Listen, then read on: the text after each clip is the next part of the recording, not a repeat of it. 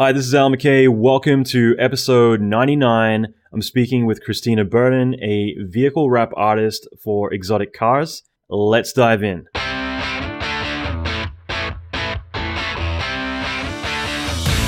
Welcome to the Allan McKay podcast. Allan is an Emmy Award-winning visual effects artist and mentor to many leading industry experts. Listen in as Allan talks with other industry leaders in film, video games, and visual effects about their experience, lessons, and methodology. Allan will teach you pivotal advice to fast-track your career, better your skills, and reach your ultimate dream job. Check out the latest episodes on allanmckay.com.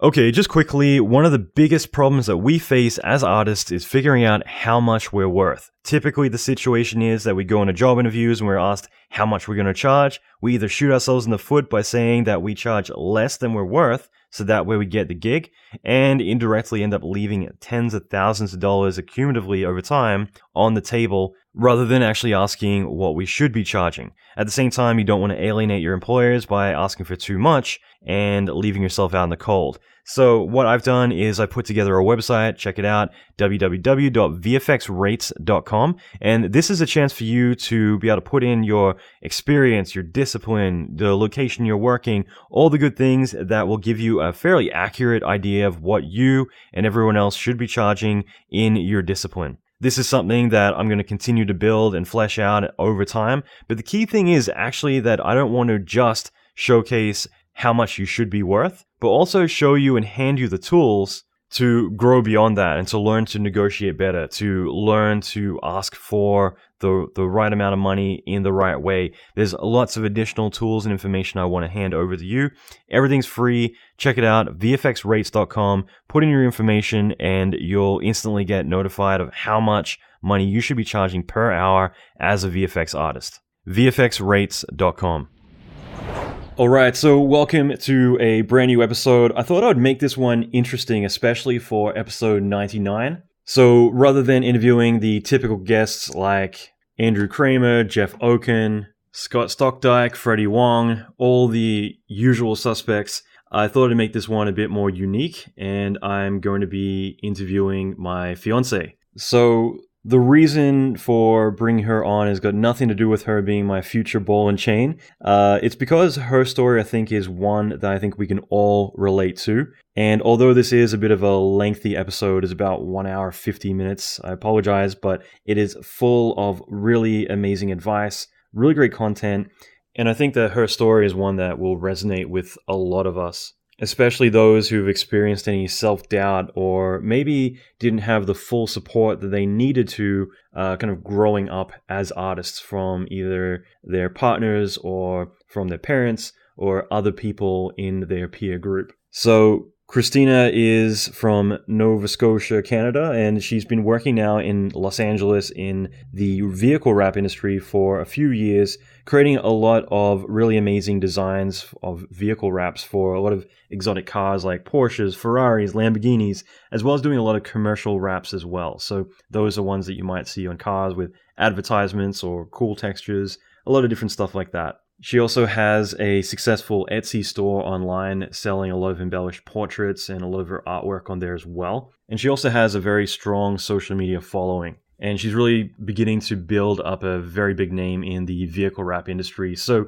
I thought this would be really interesting to kind of talk to her about a lot of the struggles that she had and something that I think that a lot of us have experienced in the past. And I think that maybe you'll be able to really relate to, as well as talking about branding and getting her name out there, building up her career from scratch, doing it all on her own, and a lot of other stuff as well. So I think this will be a really cool episode. I had a lot of fun doing it. I had a lot to drink as well. But yeah, I think that a lot of what we went over is just really unique, and I think really worthwhile for for all of us to really gain some insight from. So growing up, she didn't really have the full support of her parents when she wanted to really pursue her art career, and so for a while she really kind of tried to make them happy by trying to pursue a career in the Air Force, also in architecture, also studying and trying to get a degree in psychology and pursuing a lot of other things that weren't her passion. And it wasn't later until she actually pursued the thing that she naturally always gravitated towards that everything kind of really fell into place for her.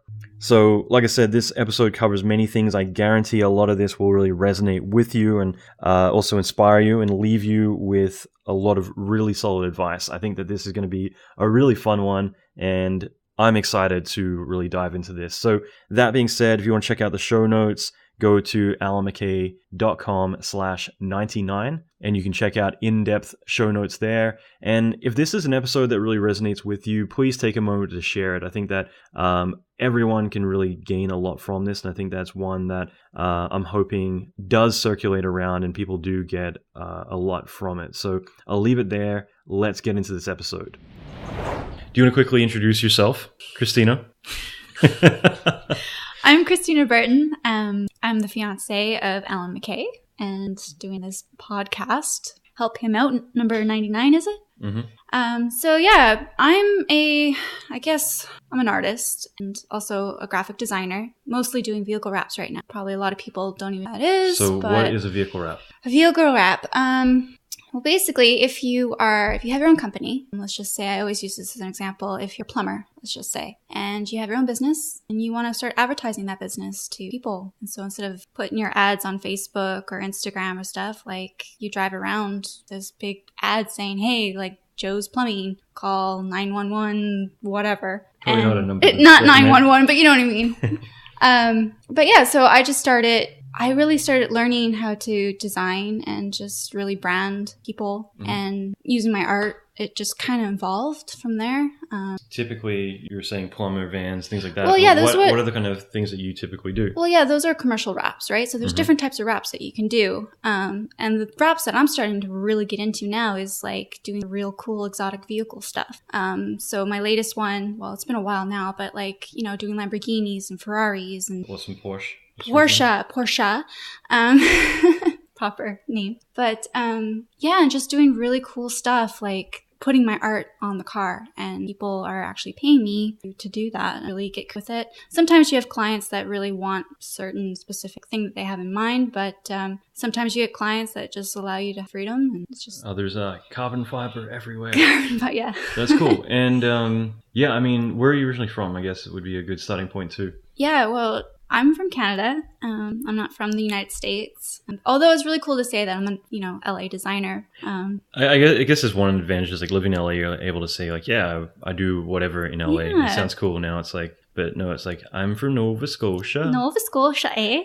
And that's cool. So like, I guess for you, you've always wanted to be an artist growing up, right? Mm-hmm. Yeah, and it wasn't easy. Well, you know this, but I had a really hard time like growing up, and I've always been a good drawer. So when did you first kind of find out that you liked art? You're a toddler doing finger painting on the wall and you're like, damn, I'm badass. Well, even when I was little, like as a little kid, I would always like excel above the other kids with art. Like I'd be... So modest. No, I'd be like, grade 2, 8 years old or something, and I'd be drawing at a 14 level. Like that was pretty cool. I always... And not to say like, I was proud of that. Like, and I would have... So everyone else is doing stick figures and you're shading the stick figures. Pretty much, yeah.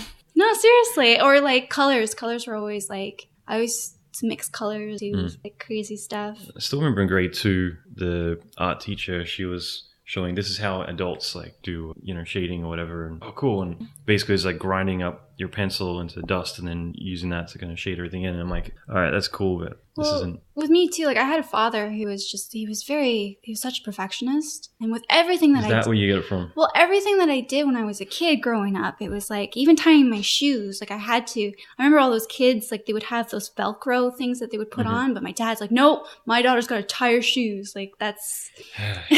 Story, yeah, anyway.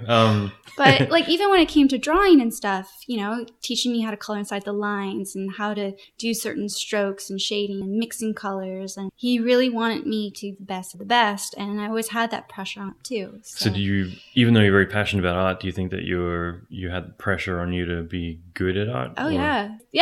But at the same time, like, we will get more in depth on this in a moment, but even though there's pressure there, I mean, at the same time, like, I know he's never really considered art to be a real thing, so... Yeah, no, that's the weird thing.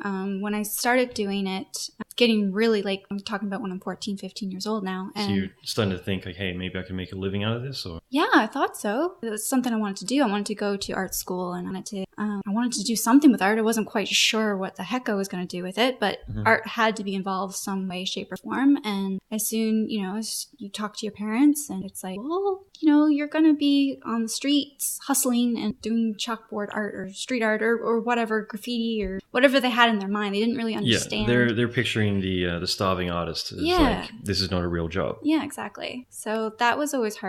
So did you ever actually have to sit down and say, hey, I want to do this for a living? Or was it just basically like... No, as soon as I was going to graduate high school, I was going to go to art school. And as soon as I did graduate from high school, we went appointment. It was just like, I'm again from Nova Scotia, so the biggest art school Nova Scotia. that's there. We had an appointment and the woman, she looked at my portfolio and she's just like, well, this isn't art. This is... Because what I was doing a lot of these portraits. Let me just say that Christina liked Sailor Moon growing up. Freaking millennials. Anyway, so...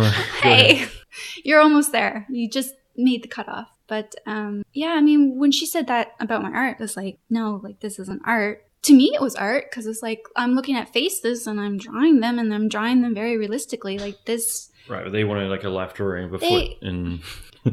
arty fartsy is what I've always said. Like the more crazier, the more abnormal, like that's more the art style so it's fine arts. And I just found it like, no, it's not my style. That's not who I am. That's not what I want to do. And so when that kind of hit me, I was just like, all right, well, this was the plan. I was going to go to art school. Now what? Like, so it wasn't just that though. I mean, I think that you had your dad, for the longest time. I mean, when I met you, that was it. Like you'd basically been pursuing all these other careers. Again, we'll get into that in a moment. But art was the first. Yeah, I mean, you obviously from the day you were born were a creative, and you wanted to pursue that as a living, and it was something that you were naturally talented at. And along the way, you had certain influential people around you that, rather than encouraging art, were discouraging and saying, that's not a real profession, go get a real job. Yeah. And you'll never make a living doing artwork. That's, you're going to starve like everyone else. Again, that whole starving artist mentality. Yeah, but again, too, like you look at my parents, their day and age. I mean, my mom, like she's in the military and she got her first job when she was 17, right? My father also worked for the military and he got his job when he was 15, you know what I mean? And they kind of had that mentality. It's like, look, you go get a job, you get a stable job, get a pension, retire, you're happy. And then you can be happy. Yeah, well. When you retire, then life begins. Yeah, and that's that. I don't know. I guess thinking of that just really depressed me. I mean, that's not the way life is. Like now, like, you look at people, like a lot of like my friends, like they're traveling the world and they're not settling down. They're out there. I mean, and there's plenty of ways to like make money. It's not like, I think this day and age with the internet, everything else. I mean, you still got to be, you got to be cautious about it all. You can't just say, hey, I'm going to travel the world and make money, because I've heard so many disaster stories about that. But at the same time, if you think ahead and you do your due diligence and you figure out, hey, this is what I want to do, how do I make it a reality? And then you engineer a plan. And that's just logic, but at the same time, like, you can apply that to art, you can apply it to anything. But you're right, I think that there are a lot of people who associate art as being like, no, like that's something you do as a hobby. Yeah. It's not something that you make a living from. And you're not entitled to do something that you're passionate about. Work should be a job that you don't enjoy. And it is. I mean, a lot of like eventually down the line, you're going to resent what you do to a certain degree. I mean, I just came off of something that ate 2 months of my life and, I know I'm going to be, recovering from it for a while. But like we go through that and like, there are jobs that are money and then there's jobs that you're passionate about. And if you can get, if you can check both those boxes on certain things, great. But it's not always the case. Not always, no. Like, I don't know, like you were like the 3D because I got involved. You sound like an old person. Oh, the 3D. The 3D industry is what I mean. Are you doing the 3D, are you? Yeah, no, I get it. But like I went to animation school. I don't know really what I wanted. I guess I was thinking, I could work for Pixar or something crazy, right? And then going again, like to my family with that, it's like they don't have any idea like something like that's even possible, right? So I guess like growing up, maybe I didn't really explain myself too well to my parents as to what I really wanted. And because at that point in time too, I didn't really know either. I just had this dream or, this fantasy of what I wanted to do, but I had it in my mind too, because I had parents that were putting in my head that something like that wasn't possible. So that was always hard to grasp. I didn't know what was real, what was being told to me. And it's just trying to figure shit out for myself, basically. And it really wasn't until I met you that, you know, telling you of all my past and struggles. And it was you that said, like, you can do this. It's not impossible. It's not a crazy dream. People do this. And yeah, like I look at myself where I am now and it's like, damn, like why couldn't I have been here like 10 years ago? You know, I wish I had that mindset. I think that that's the biggest thing. And like, you know, I really want to kind of focus on that just because I think it's so critical that we have mentors in our life, people that we can either get inspired by directly or we seek out for knowledge and advice. But then there's kind of anti-mentors, and not to make that like a negative thing, but it is like there are going to be people who are very influential to you that you speak to, and either they're kind of on their own journey and they're projecting their beliefs or their ideas, or maybe it's just purely what they want to do or what they never got a chance to do. Maybe they wanted to be an artist and they never got to, and they push that down to the next person. But some of the time, like a lot of the time, they're not even aware that they're making that bigger impact on others around them. And so when you're either following them or asking for advice, getting their opinion, or just purely, you know, people putting their own issues on you, and I'm saying you as in anyone, most of the time they're not aware of it and we're not aware of it. And that's the kind of the worst thing in the world, because a lot of time it really shapes you. And like I've known you for a very long time, and I can definitely see a lot of similarities between, you know, you and your mom, you and your dad,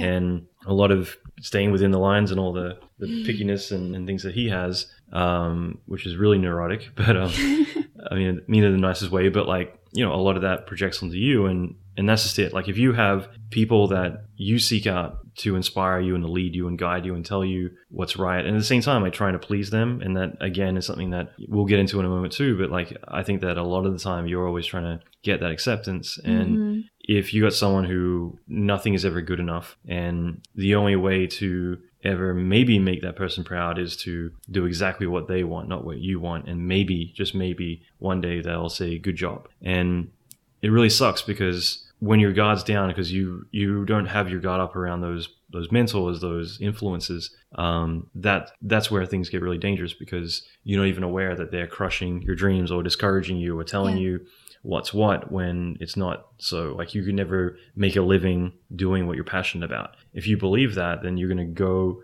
out there into the world expecting, well, you know, I love this, but I could never make a living from it because my dad or someone I trusted told me that. Well, like, I don't know, like a little backstory about me. Like, I mean, so I went to high school. Again, in high school, there's a lot of pressure on what are you going to do in university. You got to go out there and really decide. And I mean, you're only, 18 years old? I'm 30 years old now, but... You old. I'm so old. But no, that looking back, it's like, how can an 18-year-old really decide what they want to do for their life? Like, that to me is insane.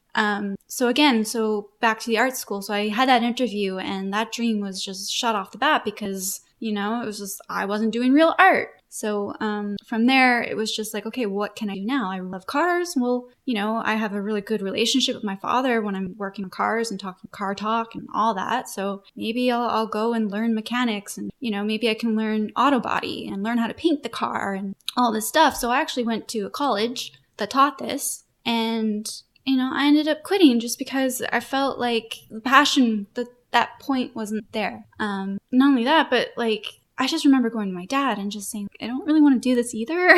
Like, please don't hate me. And then that got to a point, well, now you need a real job. Like, you got to go to school. And well, what about architecture? Let me try that. The key thing was you have to go get a real job. Yeah. So if I'm an architect, and we have friends that, you're a really good friend who's going to be a bridesmaid at my wedding. She's talking to her about architecture and what she went through. And it's pretty cool. But I was going to give a shout out to Sabrina that she turned down working on designing Blizzard's building, which I just thought was pretty cool. You know, I called her crazy for that too. Go ahead. But so I did architecture for a bit. Again, I guess it was the math portion of it when all I wanted to do was drafting and all that, but that didn't work out. Plus, they wouldn't let you design buildings with crayons. Right.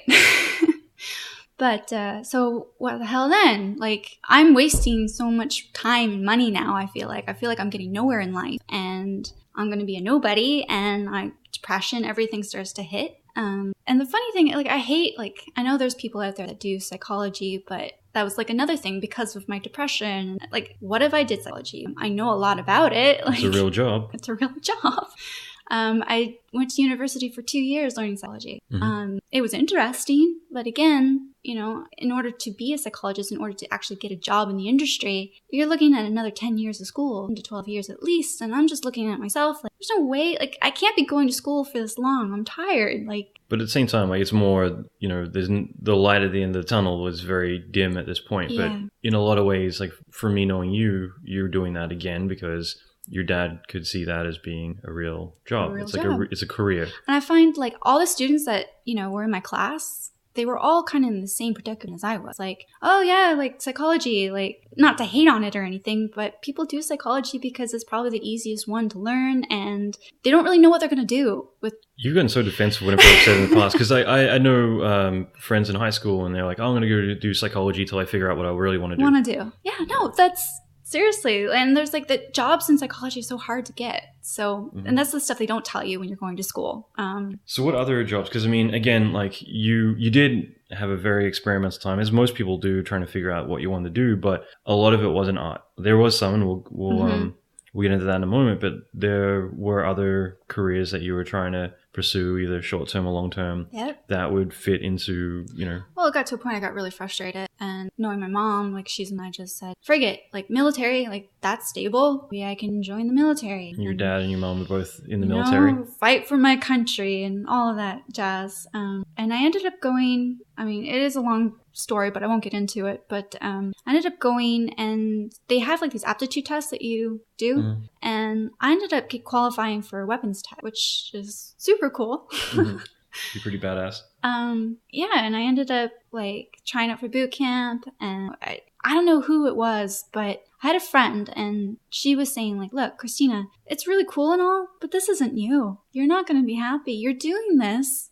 and you've been doing, like, look at your past. You're doing this for your parents. You're not going to be happy. So I quit, and I felt like a big quitter. I tried. But I mean, I think if I were to tell myself, like my 15-year-old self today, if I could go back and just say, look, do what you want to do because you can do it. I know it sounds cheesy. It's so true. Like, because I'm doing it now and I'm so happy. Like, I wish I was doing it years ago. That's the tricky part. I mean, a lot of us have that where like we want to do something, but we just don't think it's possible. And if you don't have the right people around you to help kind of connect the dots, or worse, you have people discouraging you, then of course you're not going to realize that. And that's, to me, what I think you went through a lot is like you had a huge amount of talent, but it was being underutilized. You're doing everything to try and get approval from certain key people in your life. I just want to keep people happy, you know, and I think I'm still instead like that. I wish. Instead of, focusing on making yourself happy, though, I mean, I agree. And yeah, I mean, you did obviously do some other, like, you did pursue art, and that's the thing is, like, if you keep trying out doing, let's say, doing the military, doing psychology, doing all these other things, but you keep coming back to, well, that failed, let me go try this for a second, and you keep doing these creative things within a certain circle, but then you get pulled away. I mean, after a while, there's a commonality there, like, hey, why do I keep trying to do this, and this? Because, I mean, you're doing auto body, but you're also doing a lot of art for that. You're doing tattoo work. I mean, if you want to talk about that for 5 seconds, but... Well, okay, so... yeah, I started airbrushing motorcycle tanks, and because of that industry, I had a guy, motorcycle, and he said, man, you'd be really, really good tattoo artist. You're a really good artist. Like, you know what? Maybe I can try that, and found someone who was willing to just me into tattoos for a bit. But again, the whole environment, the whole thing about it wasn't me, my style. You being a girl and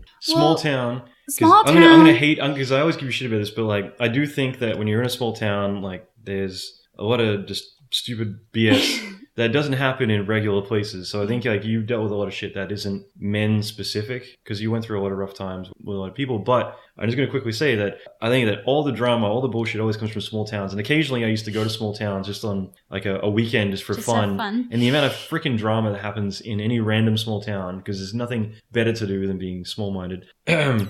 Stop my rant. But yeah, you did experience a lot of stuff, and I think it's not as common as it should be, but that's because you're Halifax. Well, I mean, the tattoo industry too is so competitive, and that's I didn't like that streak. I mean, the vehicle wrap industry too, they're also very competitive, but... At the same time, they can all meet up for a beer and have fun. Exactly. And then trash talk each other when the other person's on the other side of the room. There's more people like you within that industry. I don't know.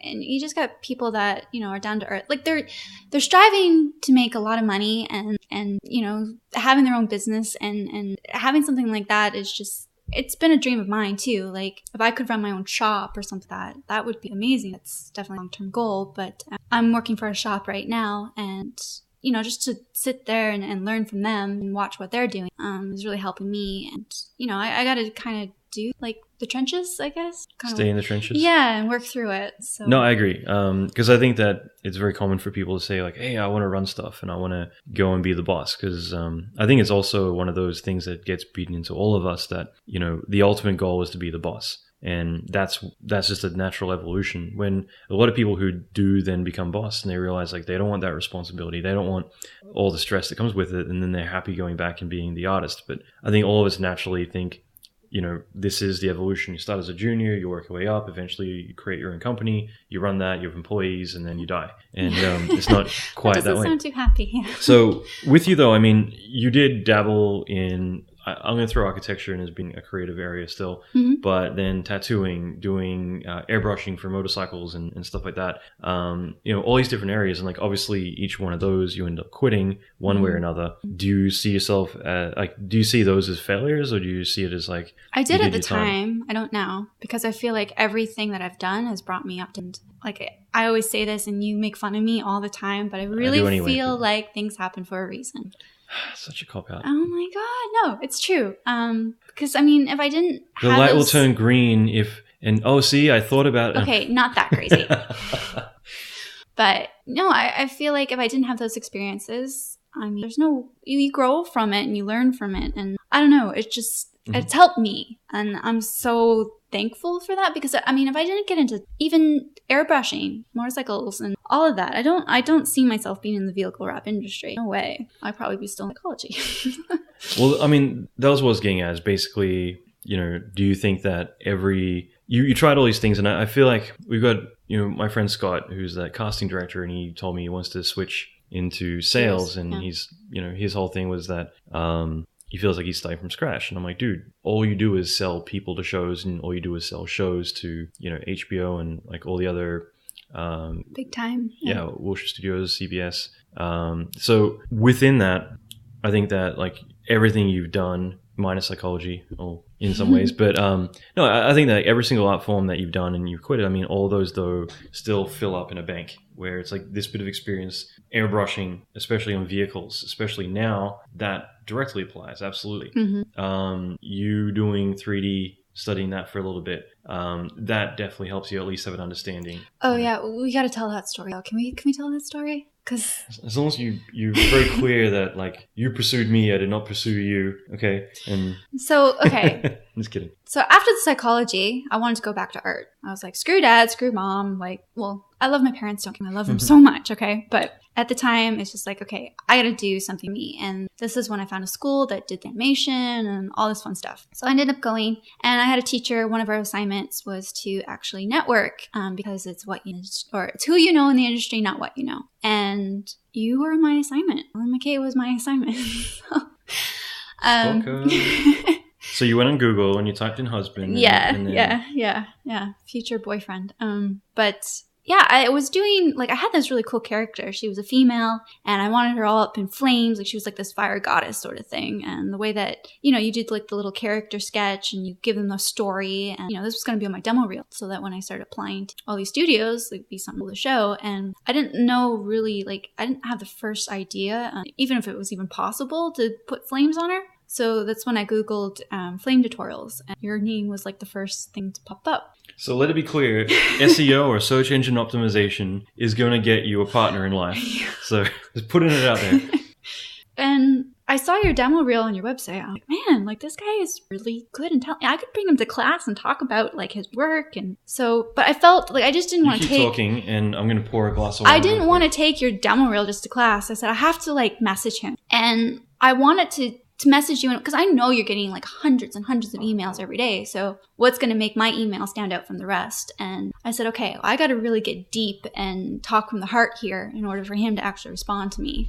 So I told him, I said, like, look, like I have a father who doesn't understand, and, he's giving me a hard time about my whole art thing. And is this industry even worth getting into? Like, it was more deeper than that. But I sat on it for about a day before I actually sent it, and then you replied back to that email I sent it. And I just remember being just so happy, like, oh my God, Allan actually responded.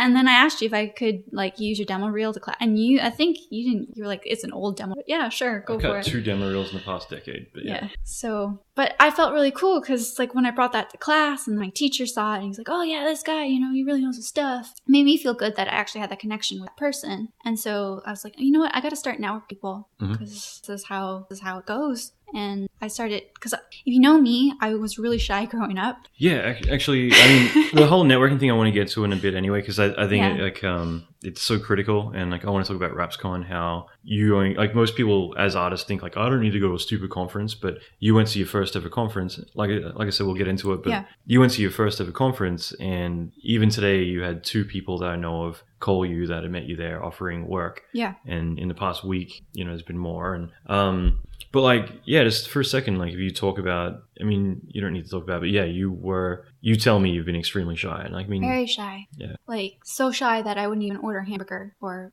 call for a pizza. Anyway. Like, no, I don't know what it was, like why I was so scared of people. But a lot of people saw me kind of stuck up, ECH, and it wasn't any of those things. It was just because I was frightened to death of people. I guess I was always scared to just talk mind. I was even like that as a kid. You tried fighting with this person. Anyway. But like all my friends were just so outgoing and just like, I guess when I looked at them, I remember my friend, we were in a mall and she just asked someone the time. How can you ask someone for the time? Like, that's just so crazy. She's just like, go up to them and ask. Like, it's not gonna. But that's just it. Like, I think that we've all experienced that a little bit, and just writing something down for myself. But yeah, I mean, I think it's one of those things that like if you do identify those things like, oh shit, I'm really shy, then you should be going and asking people for the time. You should be trying to find ways that to push yourself. I mean, you can do it in ways that are safe. Like as in, hey, there's not going to be conflict. Like, oh, I'm staring at someone. They're gonna, maybe they're gonna punch me or something. If you go up and just start making conversation. I mean, I noticed that you've done that. You go to Starbucks or something and you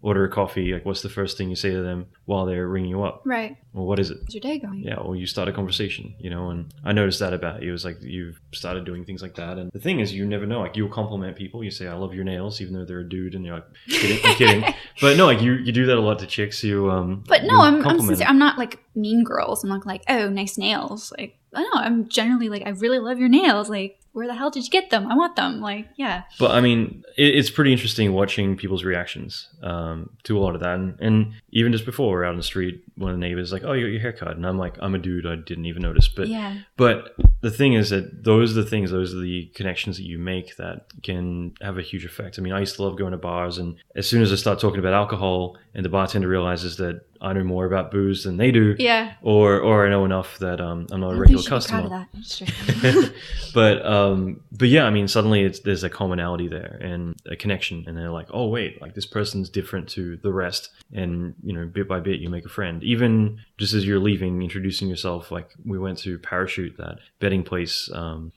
The other day, and yeah, again, like you made that connection. The next time they're going to remember you, and the more you do this stuff, even though it doesn't need to be something that's going to make you directly uncomfortable, but the more you do it, the more you realize, holy shit, like people aren't going to bite me or do anything scary. But no, I mean, it's important. I'm sorry to cut you off, but like, it kind of frustrates me now that when I look at people and they don't talk, that I'm like, what the hell, man? Like, I'm here, trying to make a conversation, and you're just so quiet. Like, I get it. But I don't know, like it's taken me practice, it's taking time to actually, but like you're saying, you just got to go out and you just got to do it and just do something that freaks you out and scares you. Because I remember emailing you and I was intimidated, I was scared, I was all of these things. But in the end, it's like, okay, well, what's worse is going to happen? He's not going to respond.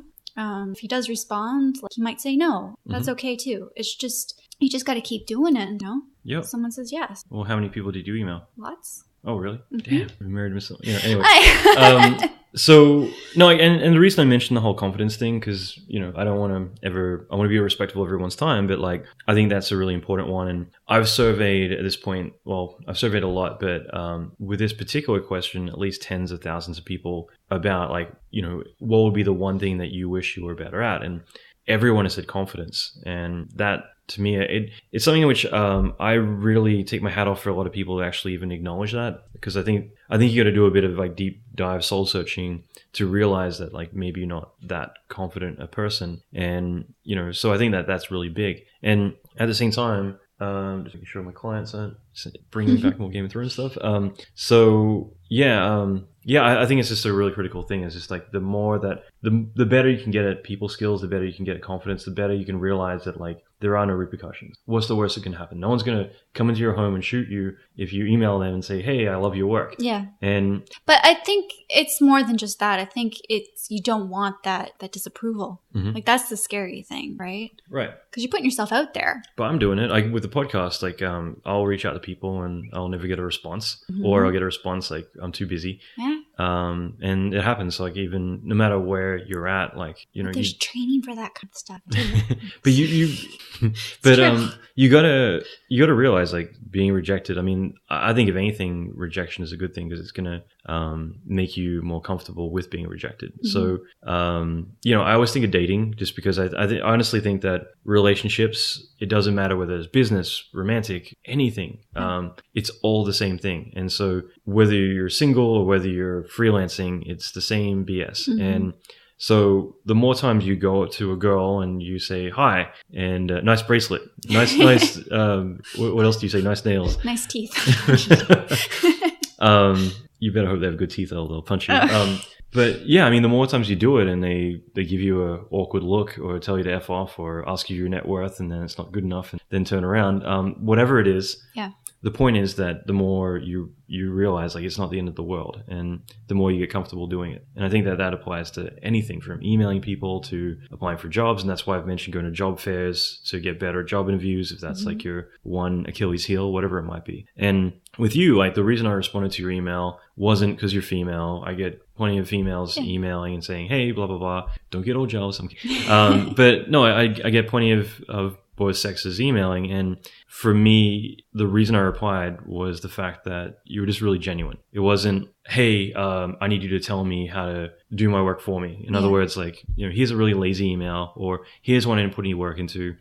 Here's one that I didn't have time. Like, I didn't respect you enough to edit down to the one message I'm trying to say. Instead, it's a novel about my life story and blah, blah, blah. And that's fine to a degree. But with you, it was really genuine. It was just... It wasn't a novel either. I remember I kept it short, really to the point. But like you said, like I was genuine. Like I really spoke from the heart. I don't know, because I was going through a lot during. And that makes me compelled to reply. I'm like, because there were intelligent questions, and that's why I replied. It's just like, okay, these are good questions, and I want to respond. You wanted to help, yeah. And that's one thing I always say to you, which you've gotten better at. But like the first email should be for you. The second one should be for them. In other words, you write that fucking novel, and if you send that first draft, it's going to piss everyone off. Halfway through, they're like, what the fuck are you even trying to say to me? Yeah. But if you write that, and then you go write bullet points of what you just wrote, and then you rewrite it a third time. Simplify it, yeah. Then the third one is going to be clean. At least do a second, if not a third. But like, that sounds like a lot, but it's 15 minutes opposed to 10 minutes, which the first one wrote. The whole point is that you simplify and have your message. And, it's the same way if you're emailing someone asking for something. I know so many people, I used to do it like back in my teens, where I'd email someone, all I want to say is like, can you do this one thing for me? So I end up writing 90% of the email is, hey, how's it going, buddy? And then the little, like, let me just slip in the question I had and then throw some other shit in to sandwich it together. And the one thing I wanted gets lost in there, and they end up replying to everything but that one question you wanted. Yeah. And you got to just like have the balls to say, look, hey, how's it going? Quick favor, is it possible for you to do this for me? Thanks so much. I hope everything's going well. P.S. Grab a beer sometime. Done. Mm-hmm. Instead of it being like, oh, I don't want to sound too needy, hurt people's feelings. You got to just be blunt. And like with an email, you got to write the first one for you, the second one for them. In other words, the second one to the point. Now you've dribbled all your shit out on a piece of paper or an email, and you know what you're going to say. Now write the proper one, which is concise and to the point. And that's the only way that you're ever going to get a reply. Yep. And I think that the more you do that, the better you're going to get at it. But yeah, I think it's critical because, again, I collect so many emails from people just because I want to do a tear down one day, like remove their names. Don't do this. Yeah, I've had people apply for a job and they've CC'd all these other companies. Oh my God. And that's just like one of 1,000 things, but it's just like, all right, this is what not to do. Yeah. But, you know, I think that's really critical is you reaching out and saying, hey, I've got these questions about the industry, blah, blah, blah. P.S. Can I fly to LA and, you know, woo you? Yeah, but I think that it was really effective in the fact that you were respectful of my time, to the point. You had really intelligent, insightful questions, and that made me compelled to say, great, I want to respond. And yeah. And like, just so that everyone knows, like, we were friends for 5 years, met. So well, we had that relationship. Like, we had like a good, honest, cool relationship. Well, yeah, I never in a million years ever thought I'd meet you, and it wasn't on my radar. It's just like, you're a good person, and I was happy to respond anytime, you know, whatever. But it wasn't like, okay, one day we're going to meet up or anything. It was not there. I just liked knowing you because your knowledge and your part in the industry, and you were. And why are you nice to me like this all the time?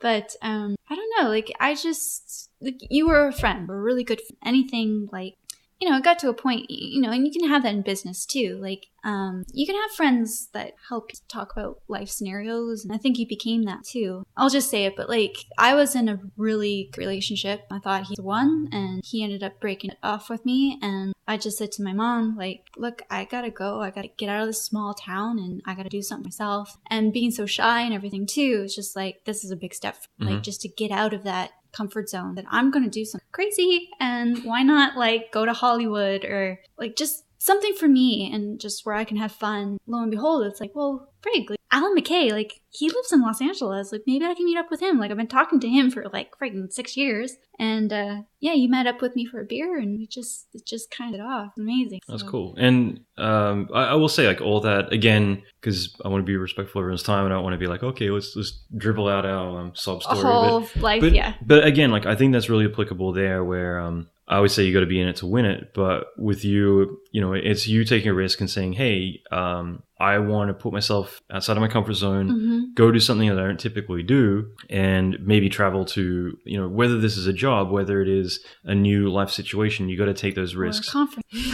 Yeah, but like, you got to take those risks. You got to be able to put yourself in uncomfortable situations and to see what happens. And again, if what you're doing every single day is not getting you where you want it to be, then you got to think about, well, how do I mix it up? How do I do something different? I always think of, there's an episode of like Seinfeld where George decides to do everything the opposite. And I think he ends up going to work for the New York Yankees right after that. But like, yeah, he does opposite George. So like every single thing, including like telling his boss off, you know, instead of being the yes sir ass kisser. Yeah. Yeah, it all worked in his favor. And it's just like my entire life I've been doing it all wrong. But you apply that to what you're doing. I mean, if you're not where you want to be, maybe you got to start saying, well, screw it. Like, I got to start taking some risks, because every single person I've ever spoken to who is at that A-list or successful level in their career, they've always been able to pinpoint those times when they took that risk. And that's when they had all the growth. And for you, you know, you took a risk with your personal life, which, you know, it did have a huge impact, obviously. And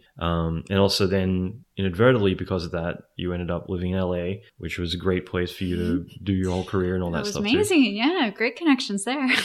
So, you know, and again, I want to kind of always stay on point, but like, for you, you know, at that point, you eventually moved to LA and you're still studying psychology at the time. Yeah, I was doing it online because I felt like I can't give up the psychology because... Like, you don't want to disappoint your dad. I didn't want to disappoint my father, yeah. Not only that, but like I was doing 3D too. I didn't know what I wanted to do. I was like in limbo. I was just like, and that's when I met you. You were the one that was really my mentor. You were guiding me a lot of it. And you made sense. So yeah, I mean, I'm always going to be thankful for that about you. I mean, I love you now. It's so much deeper than just, you know, being my mentor. But I will say this, since being so nice, but you help so many, not just me, but like podcasts and courses. You're not a lot of people in the industry, not just this industry, but every other industry. You know, the ones that are selfish and are just in it for them, but you care about other people and you care about you want other people to succeed. Willing to share your knowledge with everybody. I'm not just saying this because I'm your fiance, but no, I'm loving it. Like, I'm like, fuck, I got to do my podcast with you. But yeah, no, Complimentary of everyone all the time. I love that about you, and you're doing great things. So, yeah, I'm happy that you actually want to interview me for a change, but yeah, it's great. Well, I will say that, like, and thank you. Honestly, like, yeah, you've never said that before, so it's kind of nice. No, I think that, like, we were shooting the shit, like, back in LA probably like 3 months ago. Oh, it's now 6 months ago, and after a lot of glasses of wine, coming back from dinner, it was just like, we should do a podcast.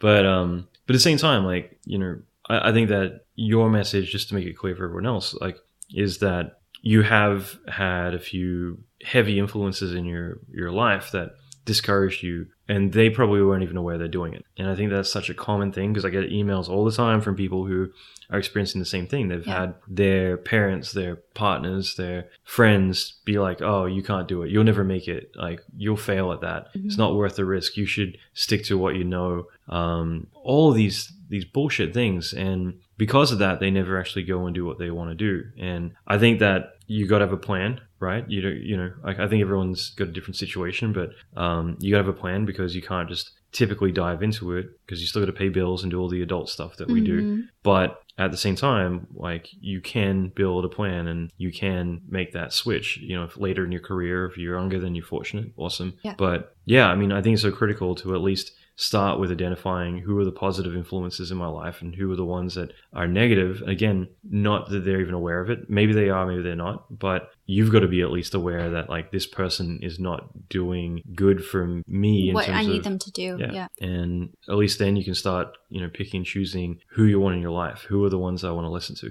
My parents, like, they've always wanted me happy. They've always wanted the best for me. That's why they put so much pressure on me. So I know it's coming from a place out of love. They just, you know, like, when they're dead and gone, like, they want to make sure that I'm okay. They don't want to have to worry about. So when I was going through those struggles growing up, like, not to do and this, and I was going to be a failure, and that was a worry on them. I get it, because, I mean, I'm not a parent yet, but I'm trying to put myself in their shoes, how they're looking at me. Because I'm feeling this way. Like, they're my parents. They love me. They don't want me that way. But they have their own fears and insecurities themselves that they're going to project onto you without realizing it. And that, I think that was the exact situation I was in. But for anyone to, like, if I'm to give, like, some advice to somebody, if someone was sitting here and asking how to deal with this, the way that I dealt with it, and it's just exactly what you said, I had to kind of push them away. I needed not that they weren't involved in my life, but certain parts of them weren't part of, if that makes any. The first thing I had to do was get out of where I was living, because I was living with both of them at the time. Just moving out. You can never make those changes if you're still in the same environment. Exactly. That's why people who go on conferences get away from it all. That's when they get inspired, because they're out of that brainwashing for a little bit. Yeah. But then they go back to it, and that's when 5 days later they go back to who they were. Conferences are awesome, because you always get that, like, high, and just like, I can take on the world, I can be whoever I want to be. Right. And then you go back home, it's like, no, you can't. It's like, oh. What were we saying? But I just, again, back to that advice is just, you don't have to completely cut them out of your life, but just know the triggers. Because if you're living with this person for long enough, you know, because I'll give an example. There was times where I did something that was really good. Like, I just say I won an award for a piece that I did. And I knew if I went to my father and I said, hey, Dad, like, I got this award to do this, like, incredible piece of art, I knew what his response was going to be before I even, like, set out to tell him. His response was going to be like, oh, yeah, that's great, honey. Like, and that's 10 times worse when you can predict what they're going to say. But that's the thing. For some reason in my own head, I was thinking, well, he's going to be, like, really happy for me this time. Like, he's got to be. And he never was. So it's like, I already knew the outcome, but yet I was setting myself up for disappointment. So I think you got to really think about, if you know the triggers, if you know someone really, really well, because he was my father, I knew him, I knew his personality, but I was setting myself up and I was hurting myself. So I stopped doing it. So anything that I felt like an accomplishment, I would go to someone that I knew would be happy, like, you know, over the top with it, that was proud of me. Not to say that my dad wasn't proud, it's just, it wasn't what I really... But that's a perfect example of, like, where you're saying it wasn't what you needed from him. It's because really you shouldn't be needing that from him, you know? And at the same time, though, like, what you're saying about finding the right people who are going to be excited for you and happy for you, because you need you need to find that and say, great, like just like a business investment or anything else, if you get a positive, then you want to go and say, great, how do I get 10 more of these? And, evaluating that, all the negative shit, well, I need to decrease that. Yeah. And with you, I think it's important to say, okay, well, how do I find the right people who are going to be positive influence on me? Mm-hmm. And the people who are negative, you love them. It doesn't mean you need to eliminate them, but you're going to have friends, partners. Like I had a friend of mine, he's an art director who did a lot of painting, obviously, and like matte painting for films, things like that. His wife would always see it like, well, that's not a real job. You're painting, like, but the thing is, whoever it is, male, female, father, mother, kids, friends, partners, you're going to get people who are going to discourage you. They're going to be poisonous to you. And you need to really do an audit and evaluate, like, is this person critical to my life? Because there's certain people that you have in your life that you grow up with and you're forced to have that friendship with them. But at the same time, you got to think, well,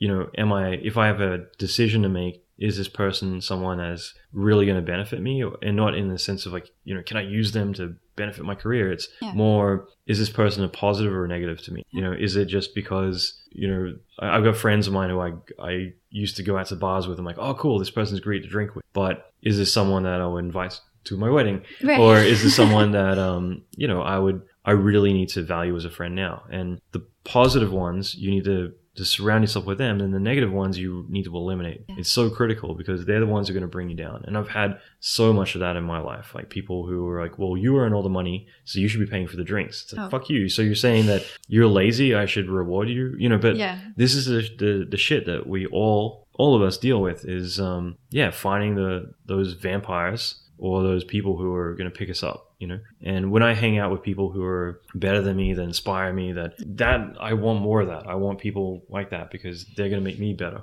Well, like, I think it was Steven Spielberg. It was like an article I was reading. He's like the best of all time. And they were interviewing him. They said, where are you going to go from here? Like, what is going to inspire you to be better?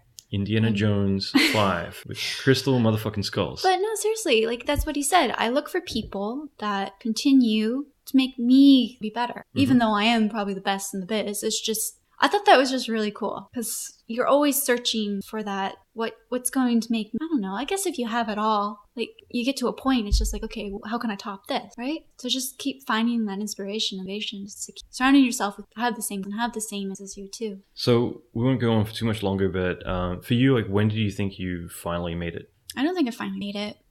When do you think that you actually had a career as an artist? Not too long ago, probably, I don't know, I guess a few years ago.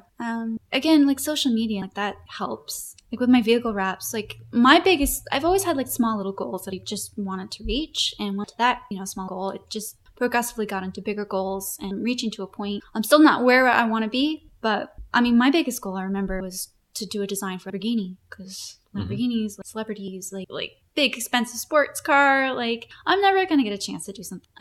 But I worked towards it. I kept, I started off like doing plumber wraps, but I got better at it. But you need that experience. And then it's just like, okay, well, what's the next car I can get? When the Lamborghini hit, it was just like, oh my God, I actually reached a goal. This is an amazing feeling. Now can I do 10 more of these? And it just kind of grows from there. Well, I like when you open up your Etsy store. And I remember you saying to me, because I thought this was really good because, again, I think that most people jump into things where they can't measure their success. They don't even know if they're doing well, which was cool because I like that you listened and we built a spreadsheet and you documented everything. You could start seeing like a P&L, like a profit loss sheet. You'd actually start seeing, am I making money? Am I not making money? That was critical because without doing that, you don't know, you could be bleeding money out of these sales and you don't even know. But I like the fact that you came in saying, my goal is, I think, 3 sales in 1 month. Or I think it was 3 months, but let's just call it 1 month. I wanted my first sale in 3 months. I was going to give myself 3 months to have 1 sale. Yeah, which sounds like a no-brainer. You get your mom to log in and buy your $5 piece. Well, I wanted a genuine sale. No, but it's an easy. You set yourself up for success, but at the same time, you gave yourself a deadline, which meant that that something's not working if within, I would have tightened it, but 3 months to make a sale. You've got something that's tangible that you can do, but if you can't do, then that it's time to abandon this and don't invest any more time into it. And of course, how many sales you made? How many sales do you make in the first month? Yeah. But like the thing is, like I know people that had their shop open for 6 months and they just still hadn't made a sale. Not one sale. And they're like, what's the point of me doing this? Like, I'm like, Etsy is a whole different ball game and how you do like your SEO and how you take pictures of your products. And there's so much that you need to learn about it before you actually get in and do it and make money do it. But again, like I invested my time in learning that stuff. So yeah, I thought like if I could get one sale within 3 months, that was a goal for me. And if I did better than that, then great. I did do better though. Now you complain. Now I complain all the time because it's like, I don't have time for this. You text me at lunch like, I got like 5 sales today. This sucks. So, but yeah, I mean, but again, like that's going to a whole other area. But again, it's just like, well, if you're getting these many sales, then you need to jump up your prices. Like I launched the old DVD training thing, Fume Effects Core Fundamentals, and it sold really well. And I ended up selling, I forget, I think my conversion rate was like 60%. And instantly it told me that, you know, if I'm making that many sales, then I'm underselling my product and I need to raise the prices because I should be getting 15%, but that 15% should be a certain price. So again, when it comes to sales and marketing, there's so much you can go with there. But like with you, how much do you think like social media has impacted what you're doing? You know, so much. I haven't been doing social media as much as I should be. No one is. But I mean, if you can nail any type of social marketing, you made it. Seriously. But like again, I have that mind frame. I remember I drew like these flowers just because, you know, I'm girly and I like flowers. My dad saw me drawing this or painting this and comes in, yeah, that's not really my style. I wouldn't buy that. Great, but it's not he's not your audience. But your I dad, had it in my head that nobody was going to want this. Morgan Burton is not your target audience. But that's when I learned about target marketing and target audience. Like, there's people out there that are gonna want what you are making and what you are selling. But when I was younger, I didn't know that.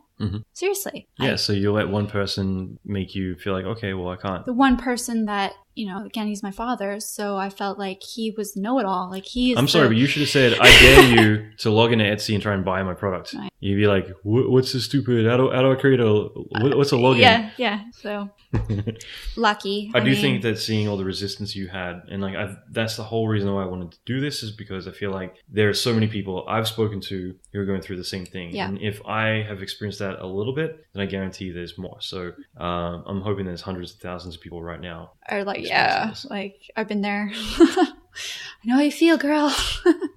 So first of all, like, why vehicle wrapping? Like, what made you, first of all, how did you even find out about it? And what the hell is it again? Just more kind of like more talking technically. You've already explained what it is, but what is the difference between that or airbrushing? How did you find it and like, why did you gravitate towards it? Well, again, because when I did the auto body refinishing course, like, and I was learning paint, and then I had a background in airbrushing, I just thought, like, wouldn't this be really cool if because I was doing so much art on Photoshop. I was like, again, the 3D and all of it. I was like, this would be really cool on a car, on a bike. People would pay for this intricate, just so much more than airbrushing. I ended up Googling, I forget exactly what I typed into Google, but I think I typed in like car sticker or something like that.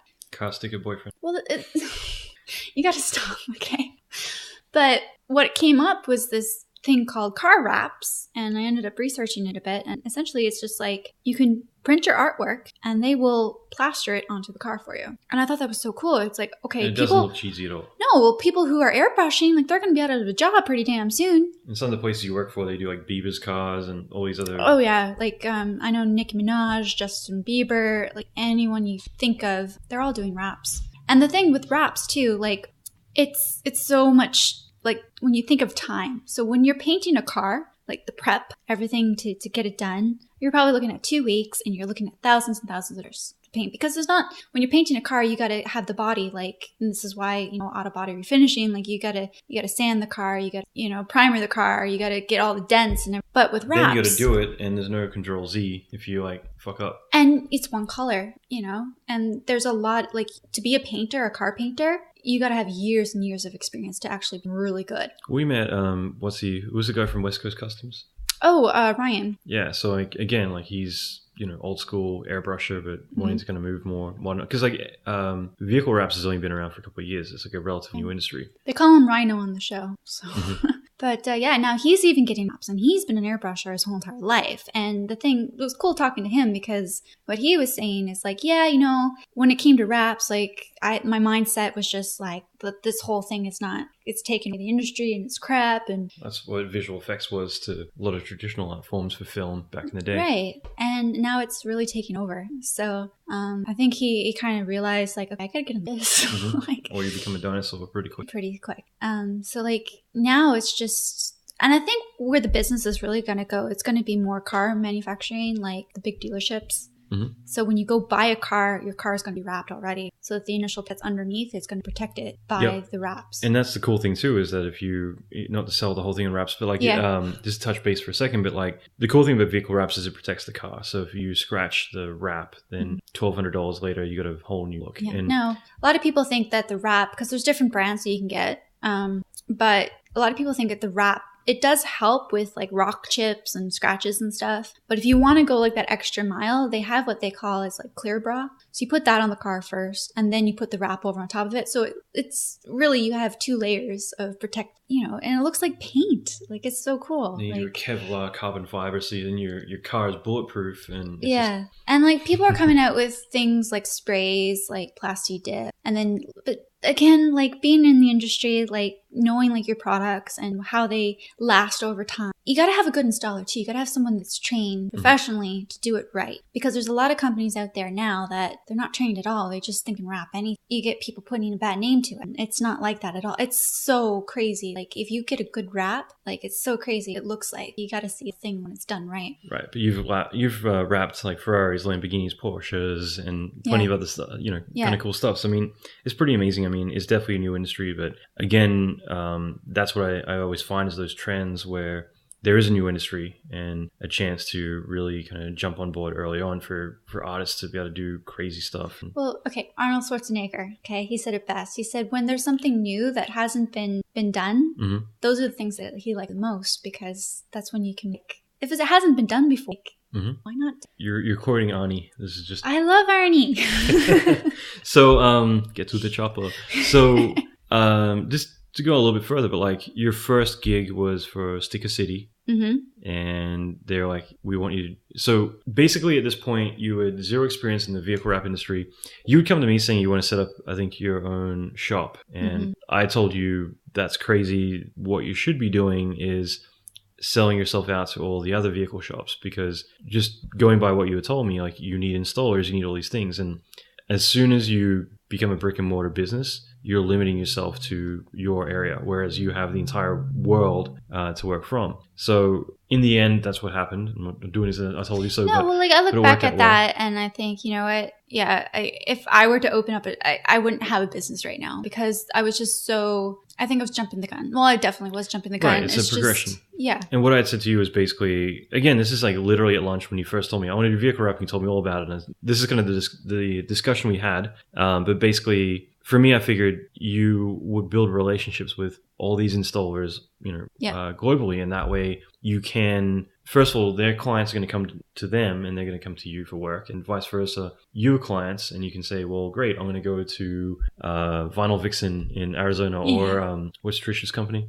Reprint Wraps. Wherever it is, you can go to Shane, in Shane Designs, you can go to, I all these know different people, places. and again, it goes back to the networking thing. I know so many people now in the industry, it's crazy. I have friends all over the world that are in the vehicle wrap industry. Sydney, Melbourne. Everywhere. And if I didn't go out and do that, like if I was still shy, and I wouldn't even know half of these people. So, it's been But that's great. how you do it. So that way you can have a business on the internet and you can do exactly what you want to do. People know me now. It's Well, that was the weird thing, and we'll get into that. But like, all I know about vehicle wrapping is from you, and you've been online, so I keep hearing about like, oh yeah, I got this client. It wasn't until we went to a conference together, and we'll get into that in a moment, but I was just like, holy shit, like you're, the bee's knees, like you've got a really well-established name. So it's pretty impressive. But going back for a second, like your first ever job in vehicle wrapping, this is interesting because I think everyone can apply this to visual effects and other industries. You emailed, and that's, I'll be honest, I'm going to say this to you now, where there's accountability, where there's recorded material, but okay. One of the big things for you is that you could have so much work, but typically you won't do all the front loading. You won't do the hustle. Like, okay, if I made a goal of 5 emails per day applying for work, you would have so much work coming in. But instead, you don't do that. And because of that, you still have work coming in. But that's the difference, is you could actually say, okay, every single day I'm going to email 5 different people. I'm going to try and generate work. But the thing is, now you're at a point where you don't want to do that because you wouldn't be able to handle the amount of work. Exactly. And that's exactly where I was just going to go with it. Like a month ago, I had so much work that I had to get on top of. And I got to a point, well, you've seen me, you were there. Yeah. Well, no, the problem was I didn't see you. But I was just so stressed, and I didn't want to upset people. I didn't want to upset my clients. I was just so far behind in everything. I didn't know how to handle it. So this is when I'm kind of thinking, all right, get a scale. Well, yeah. I'm like, okay, well, this is the beginning. Like, this is the stepping stone on how you can grow a business. It's all going to happen organically. You can't say from the get-go, who do I hire? What do I got to do? You've got to go through all this, and it's a natural evolution. Yeah. So I'm learning. you got to start hiring designers and art directing instead. Now I do, yep. Yeah. It's pretty... But if you were, like, in the beginning, if you were to have had that discipline, no offense, but to, you're like, hey. I'm going to, after this, so you hit stop, I'm going to kill you. You're in a doghouse.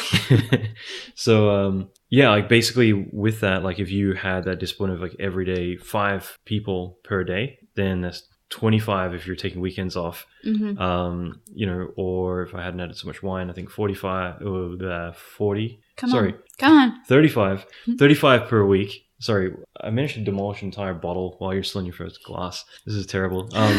Post Game of Thrones stress. PTSGO. This is why I never do math, because I always do this stuff. Like, what? PTGOTS. I think anyway. So post-traumatic. Is that what you're trying to say? Yeah. I don't even know anymore. So I've done 2 all-nighters in the last week, and I've had even the last 2 days about 3 hours per night. That's the funny thing with us. We switch. Yeah, you were doing it too. I'm like, I get the busy, you never see me, and then you get really busy, and then I never see you. Okay, so. With the exception, like, I'm just going to say, like, for the most part, I've never dated anyone in my industry, and it's, I think, for a specific reason, because I think it's great, but at the same time, you need that balance. Yeah. If both people are working crazy hours, it's not necessarily a good thing. Yeah. Anyway, so we're jumping around a bit, but like, with going back to your first gig, you basically applied, and they give you a test, and that's very common in video games, especially like, to apply for a job and they give you a video game test. Like, we want you to do X, Y, Z. We want you to model this in 30 minutes. Now go. I mean, I was speaking to someone the other day. You know, exactly the same thing. He's talking to a company, and they're going through the whole testing phase, and like you were given the same thing. They're like, we want you to design a food truck. And the sucky thing is, it actually was a real food truck for one of their clients, which I feel like I've changed my tune in the past couple of years about working for free, where I've always been anti. And like I mentioned this in one of my talks, and Neil Blevins in Paris was like, no, never work for free. But the thing is, it's a bigger discussion. And I think that it's okay to work for free when it's more of a, like, it goes back to the talks I've given about currency, and like doing a trade of time for dollars is not necessarily, you know, the currency you're going for. You're going for an investment with the client. You're going for the recognition you're going to get, all these other things. And it's a bit different though when a client is saying, we're going to go making money off of this, and you're going to work for free, and we're essentially using you. Yeah. That isn't okay. But like, for instance, you just did a thing recently, a collaboration for a contest, and actually all those were pretty much paid, but like... No, I got paid for that, yeah. Yeah, but the point is that, like, I'll quickly finish, but like basically working for free, it isn't necessarily an evil, but it is one that, you know, you got to be careful about how you do it. With the company that you did the food truck for, that to me was like, I feel like you were getting used for that. And like a couple of the big boo-boos you made, the first one was that you didn't mention money up front. And because of that, it's very easy for you to be like, well, I've done all this work now. I'll mention it soon, and then... But I won't yet. I'll wait till I get a big win. And the thing is, everyone I'm sure can relate to this. Shit, I haven't mentioned money yet. Well, let me do the work, impress them a little bit, then I'll bring it up. No, and then don't do that. It's like, well, shit, I got some changes to make. So let me mention it towards the end. Then towards the end, you're like, finally, like, okay, here's an invoice. But and then that's when they say, well, we're not paying you for this. Right. You've already done the job. So, word to the wise, discuss money up front, right from the get-go. Always. Oh, and that way they're going to take you seriously, but at the same time, if they come back and say, no, we're not going to pay you. This isn't like a budget gig. Like, we really need you just to do this because... But you can make a decision. Yeah. And that's the big thing, because I hate when I'm on jobs where people are bitching about money. They're like, oh, I'm not getting paid enough. What the fuck? You agreed to do the job. Mm-hmm. So you can go and negotiate more money when the job's done. But for you to be bitching and moaning and complaining that like, I didn't get enough money on this gig. Fuck this. I'm gonna give the bare minimum. Yep. You should have negotiated better. You shouldn't have said yes if you're not happy with what you're getting. So shut the fuck up, do the job, then renegotiate later. Do the best job you can do. And that way, what are you laughing at? I don't want to like trail off on this, but it's such a funny story. Okay. Because do you remember when I was doing like those little tattoo designs that were like metallic? Mm-hmm. Yep. Like Beyonce and all them wore like like these really cool, I forget what they're called, like metallic tattoos or something. But they hired me to gold tattoos, like the sticker tattoos. Yeah, and they're really popular. Like, and I think they're more popular now because celebrities and that. But they hired me to design like a batch of them, I remember, and we negotiated up front. Just as always, I said avoid that gig because I can tell when your clients are crazy. I've got to rate off of this shit. But right off the bat, she's like, "Yeah, we're gonna give you like so amount of money," and I was like, "Yeah."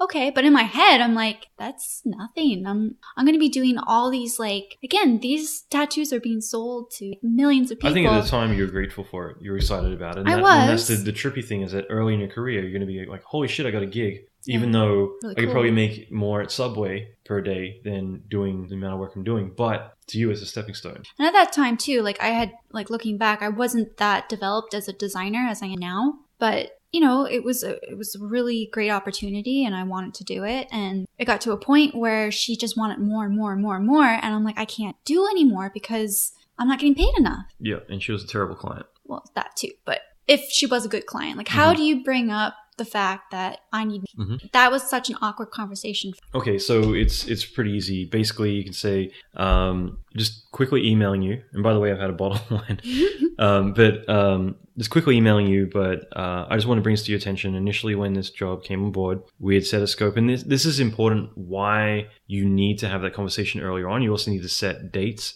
You need to discuss everything. The more you discuss up front, the more everyone's on the same page because they can misunderstand and be like, well, I thought this was all inclusive. And like no matter the more you discuss, the less there's misinterpretation later on. And that's the worst thing that can happen. But basically saying, hey, based on everything we discussed initially, we had a 2-week turnaround to turn around all these things. I know you're going to say you just repeated yourself twice.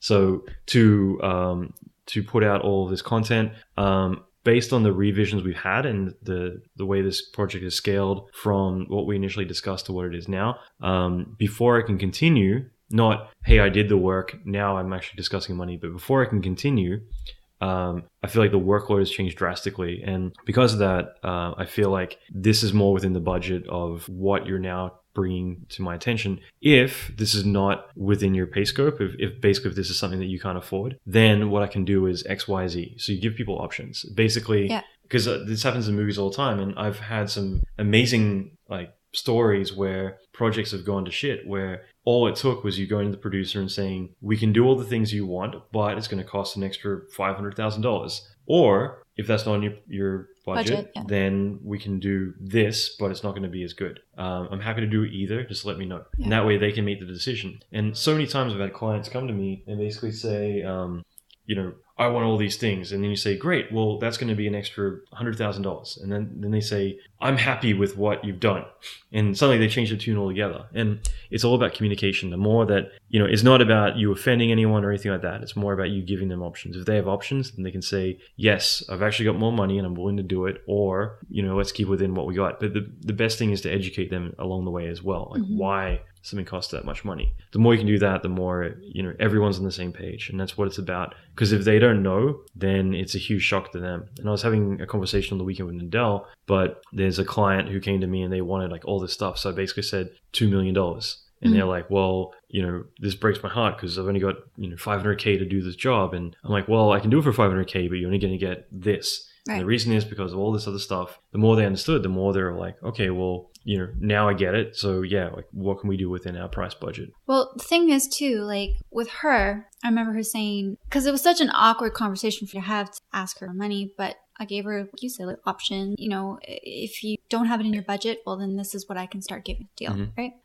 What ended up happening with her was she ended up comparing me to other artists. Right. saying, well, you know, Joe down the street, he can do the same designs as you're doing in half the time. And, you know, but like, I felt like I didn't know how to approach that because you're at the start of your career, really. But like, I know how Joe's doing it in half the time, right? He's going to, yeah. I'm making them custom made, right? And I'm putting my heart and soul into this because I really care about it. Joe doesn't give a shit. Joe's just trying to get the paycheck. Yep. So, but trying to explain that to the client, she didn't quite get it. So when you were at RapsCon earlier this year, and you know, I wanted to kind of keep this condensed, but I think that all of this is really good information. So like, you were at RapsCon earlier this year, Justin Pate, who's a big name in the vehicle wrapping industry, he was interviewing you live at the event.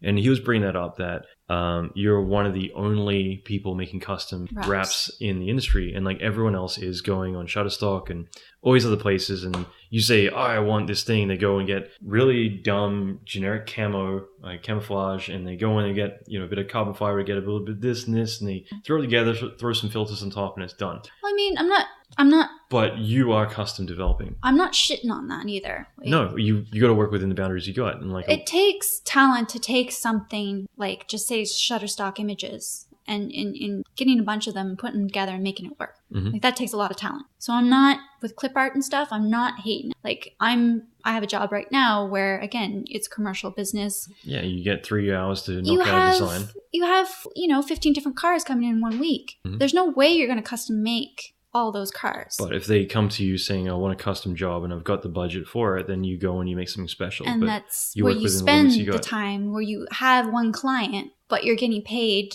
as much as 15 clients would be. Right. And, it's a long time ago, so we can talk about it. But like, basically the job that you were doing at the time was $250 per thing. And it was, considering the amount of work that you're putting into it, it was ridiculous. So point is, you get a client who comes to you and says, well, I can get so-and-so and they're a lot cheaper. Great. Go to them. Because you're coming to me because obviously you saw talent in me at the time. And at the same time, I'm able to do something that is completely unique and different to everyone else out there. So if you want something generic, if you want the bare minimum, then I advise you, by all means, go get that generic bare minimum thing. But if you want something special that stands out, that is exactly to your taste, this is what I'm able to provide you. And on top of that, you're completely over-delivering on, what you've been budgeted for. So, everyone is always going to say, well, like, I worked at a studio in LA, one of the first studios I ever worked for. And the guy is actually EP at Disney these days. He used to walk in the room and say, I get so many people applying for free every single day. I could literally replace the entire studio tomorrow and be putting out the same quality of work. And the thing is, first of all, the morale, like, you do not say that to employees. Like, that is just going to make, they're shitting on everyone. Yeah. But on top of that, like, you could replace everyone. You could be running for free and you could save so much money short term and then lose all your clients, because this company at the time, like, he was the reason, he was the fate of the company. But if he hadn't, like, driven the company into the ground, it was one of the fastest scaling companies I've ever seen in my entire life. And it was the people there. And that's what he was doing. He was underpaying, but still paying all of his staff, who are the most talented people at the time, to do amazing work. And their work is what got them the reputation they had. Yep. Yeah. So you can go and get the minimum, but it's going to be very obvious very quickly that you're going for that. And I do that right now. I've got like one or two designers that, you're paying for what you get. Yep. And at the same time, then there's people I hire who are just absolute guns. And I've typically in the past always hired seniors, because seniors have gone through it all. They can anticipate problems before they come up. They know what to deliver. If you get someone who is going to be fumbling, and you're essentially going to be the person that they're going to be learning all their mistakes from, then that's what you're paying for, is to have to deal with the frustration of not getting what you want, not understanding what they're doing, or why you're not getting what you asked for in the first place. Yeah. So that's what you pay for. So well, going back to that, like, I remember I was a lead designer. It was for SEMA one, and I won't say what company, but he's on no, don't say it. A certain reality TV show right now. Yeah, but I never agreed with this. Like, he hired me because I was the lead designer, and my job basically was to hire photographers, models, to design the booths, to get the cars ready, like, you name it, flyers, business cards. I had to do it all. And the thing is, if you know this guy, money is never an issue. But, it was still my job to go out and still find the best bargain, best price that I could. But when it comes to, like, this is the scenario I was in, it was photography. And when I think of photography, I think like, this is what's really going to sell your business. This is really, you want someone that's be good. So you got to pay for that. That's not going to come cheap. Right. But what he was doing, he was actually hiring students just coming to photography school or wherever, Center for Arts and Technology, and getting them to work for free. And I never, ever agreed with that. Well, originally he went to you asking to find models and to find photographers, and I recommended a friend of mine. He's at ILM, great car photographer, perfectly. And then our mutual friend, who's a Playboy model, who would have been right up his alley for being a booth babe at a car convention. Yep. And he's like going for anyone who's wanting to work for free, basically. For free. So, it didn't matter, like, all the good people I showed him, like, this would do, like, he can afford it, but he just to do it. So that really just put a lot of stress on me, because I felt like, well, I can go to a school and I can hire some student that's willing to work for this company because of the name, and so that they can put it on the resume. But like, I didn't really, and maybe tell me if I'm wrong or not, but like, I just never understood the point of that. Like, this is SEMA. Like, this is a show that world's biggest vehicle convention. Yeah, like so many people are like, you want to put a little money like towards like important aspects of it. Because I mean, we're planning a wedding right now too, so we're trying to weigh like what money needs to go towards and what we can save on. We do it for free in a park in the so, I just. That always got under my skin, always. And I think I will always be like that, but... So going way back, but like with going back to you work for free, I mean, I think in a lot of ways, like in that case, like basically you did the job and then you held off saying, hey, here's an invoice till the very end. And then they're like, wait, we never discussed money. Like, this is a free gig. Of course, they're going to say that at the end. Like, whereas if you discussed in the beginning, they'd say, well, we got $500. Is that cool? But when you already done the gig, then there's no negotiation power there. What I hate is when people contact you and they try to be buddy with you. And they're talking to you about this project and they give you like this whole creative brief and they get you all excited. And it's like, oh my God, this is going to be amazing. Like, we're totally going to knock this out. And then, I've learned to say, okay, so what is your budget for this? And then when they come back at me, oh, well, budget, we're not paying you at all. But it's good. Like, if you had known them from the beginning, you can eliminate them early on. Right, so... Or if you can say to them, it'll cost you $1,000, and they say, well, I can't afford that, then you can eliminate them again. Right. So you're not wasting your time, like, a lot of time. And like, this is something I want to talk about really quickly is with you and clients, like, what are some of the tell signs for you that they're no good clients? Because like for me, just in the background, if you get every single time you've gotten a client that calls you up and they're on the phone for more than 10 minutes, right away for me, I'm like, get them the fuck off the phone. Because right away, they're just every single time, they're people who are really passionate, don't have any money, and they're trying to sell you on their dream without there being, like without having anything prepared. And I've had that. I've had clients who I was back in Australia on a quick trip and someone heard I was back there. This director called me up, wanted me to work on his movie, trying to sell me on the movie. I'm like, dude, like I got another meeting in 10 minutes. That sounds great, but let's talk about schedule and money and get that done and then see if we're a good fit. And he's like, I later found out because he kept trying to tell me about the story of the movie. And I'm like, dude, I'm all with you. I'm sure it's great, but let's just lock this down and see if we're a good fit. And I found out later he got really offended by that because I didn't care about what his movie was about. And I'm like, unfortunately, like for me, it's more like, look, I'm only here for a limited time. I was there for like 8 days. Is this going to work out? And so every single time for me, it's more about like, is this a good fit? And then we can get into the specifics. For you, if you get someone who's getting into the specifics way before you ever talk about, like, this is a business. In the day, feelings and all the things aside, it doesn't matter how passionate you are and how much you believe in the product, it's a business. And, you want to make sure that like this is going to work out. Otherwise, you could both be sold on it for 3 days of like talking about how amazing the project is. Then they say, we got $1. It's like, well, look, unfortunately, I have gasoline and I got bills and everything else that we have to pay. How am I going to afford to pay the electricity to do the job if I can't even, you need to treat this respectfully. And for them to come to you and say like, well, we got $1, that's a huge insult. It's basically saying like, well, look, I think you're worth $1. I think your services, your talent, everything is worth $1. Yeah. So I get where Neil Blevins is coming, like, never work for free, but there are times that you should. Another thing, like, to add on to that, like, you asked me what are the red flags, I guess, like looking at a client, they're a bad client before. Another thing that I find is when a client has no idea. Obviously. I don't know what I want, but when I see it, I'll know it. I'll know it. Those are the hard ones. But like, and you can, I've directed clients to in a way that's, okay, well, let's figure out what you want. And then we can go from there. But there's times more often than not, it's just, you're never going to do anything. It's kind of trying to get approval of my father. Like, I'm serious. You're never going to get it. You're never going to get that, oh, this looks great. Because they don't know what they want. And once they see some things that you start like doing for them, then they start getting ideas. And then they're trailing off into the one direction and then another direction. And they're just all over the place. So you're never going to get that approval. And whenever I try to talk to a client, I'm always saying, okay, well, you need to do some work on my part.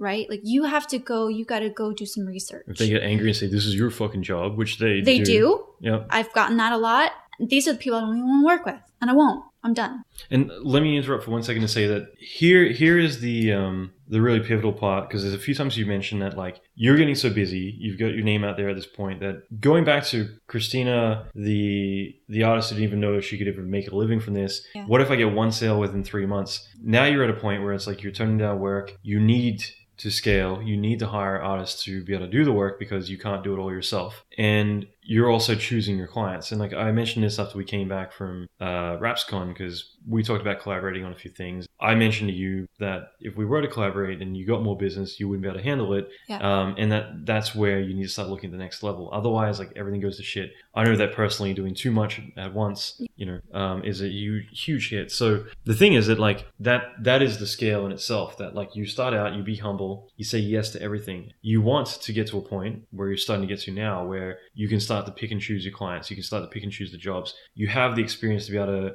to have that radar to say, this client is not worth my time. And there's the whole Pareto's law of like 80-20 principle, where basically, you can take some of my wine because I've got a big glass of it right here.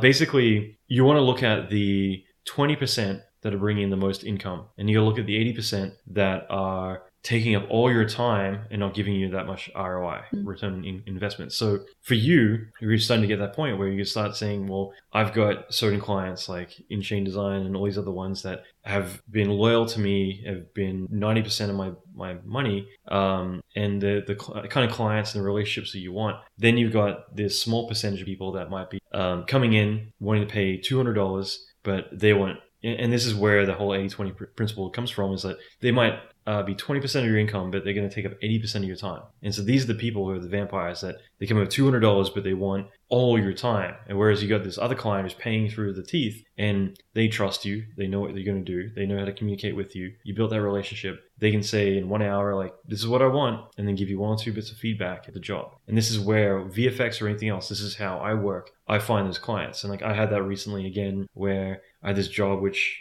takes up all my time and so much back and forth. Yeah. Whereas usually all my other clients, I can go in and say, cost you 10 times more money than what I'm currently charging. And we have that trust where I can talk to them in the beginning. I can promise what I'm going to deliver. I deliver the thing I promised, and everyone's happy, opposed to one where it's like you're every single day it's reinventing the wheel. It's like, oh, the edit changed a day before delivery, all the kind of crap that you deal with. He's ranting.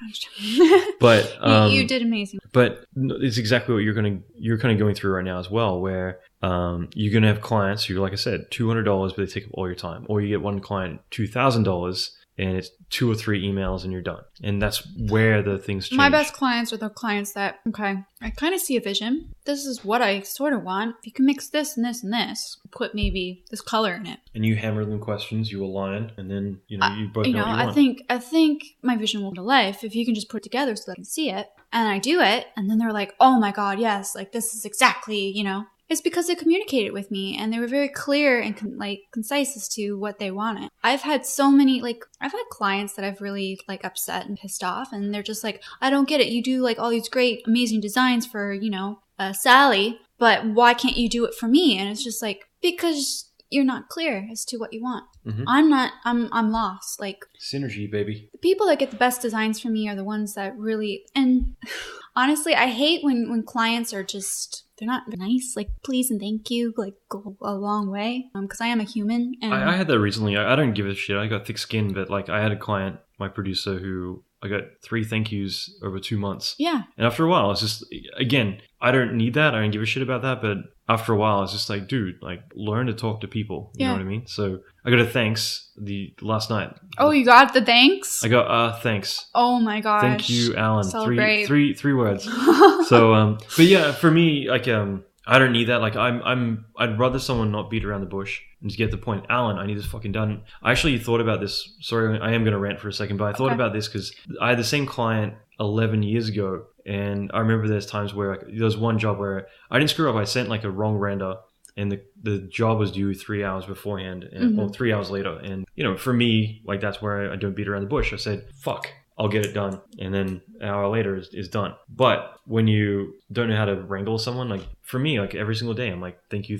I appreciate you. It's worth it. It's worth its weight in gold. You need to know how to prove. Well, when you're nice to people, people want to do nice things for you. I will go on tangent and say like, I remember I was playing pool one day with a friend in the middle of the day at a bar in Australia. And I went to the bar and ordered another drink. And I just remember saying to the girl, like, you know, how's your day going? Blah, blah, blah. And this to me was like one of these big epiphanies where later I came back for another drink and she's like, you don't know how much that meant to me that you asked how my day was going. Yeah, because everyone just box orders at me all day long. No one cares about me. Right. And this is where like, this is like one of those little sparks to me that made me. Did you date her? No.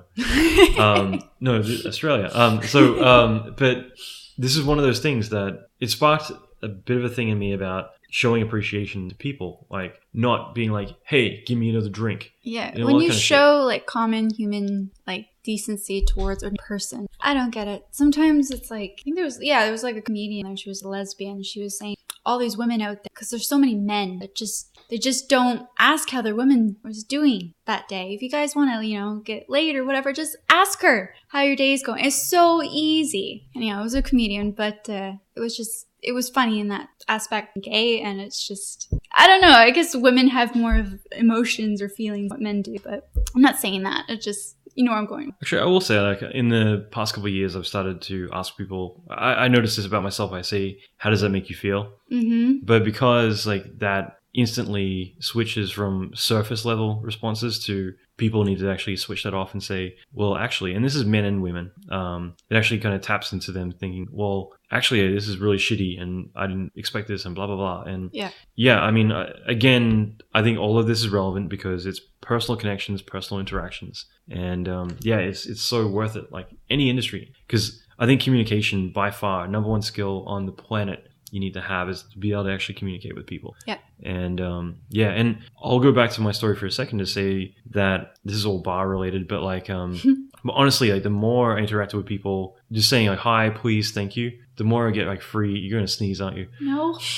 I started going to like nightclubs, for instance, like loud fucking nightclubs in Sydney. Home was one of them in Darling Harbour. And like, we would go there and it would be a loud club and you'd be screaming. I would be like, can I please get this? Not even aware of what I'm doing. The amount of times I've gotten free drinks in my life because I said please. And this is even the last, you're still trying not to sneeze. So, you know, even recently it's still the same deal, but like it just became a bit of a thing where I started observing that like, I'll go to a place, it's like $20 a drink and they'd be like, it's on you. And I'm like, why? And they're like, because you said please. But again, I would read beyond that and be like, fuck, people are, for that to be a big deal, it meant that people are getting shit all over all day long, especially in the service industry. And the more, it's just observing, like if people reciprocate or they acknowledge you or they show gratitude because of something that should be taken for granted, it shows where there's a lack of that and it shows that you should 10x that. Yeah. So for me, like with anything, whenever there is a response, and this is where I'm going to switch it from being specifically communicative, like talking to people, but like let's say with anything else, like you're getting social media, you're posting something, and every single time you say please share this, you're getting a fucking shitload of shares. Yeah. 10x that. And that's what I mean. Like I might go to a bar and I get free drinks, and I got to a point where I was in Vancouver where I say to my friends, anytime I go out, I can literally get about a $400 bar tab for free, and it made me want to do it on purpose. And I'm like, yeah, I can replicate this every single time. Yeah. But it's because I observed what worked, what didn't work, and that's what I've always done my entire life with everything. But I say that about like, oh great, you can get free drinks,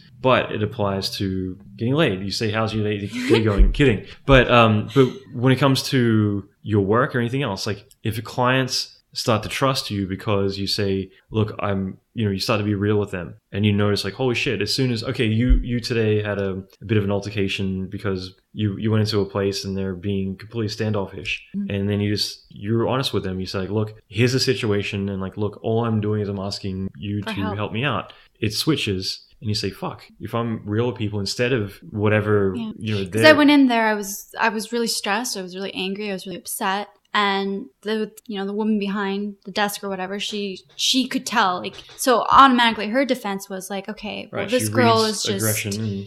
Yeah, so she's going to have her defenses up and she's not going to want to help me. She's not going to want to, like, so as soon as I got real with her and I said, look, like, I'm just having a really bad day. I just really need you to help me sort this out. She automatically went from defenses up to, oh, okay, like this girl's, in a way, is just kind of apologizing for being like, But no, and she completely switched because all I said to her, I was being honest with her, and I told her that I was sorry for acting that way. It's just, please understand my frustration. So I know we're jumping, or it sounds like we're ranting about a bunch of random crap. It all goes back to work. It goes back to business. All of this is so appropriate.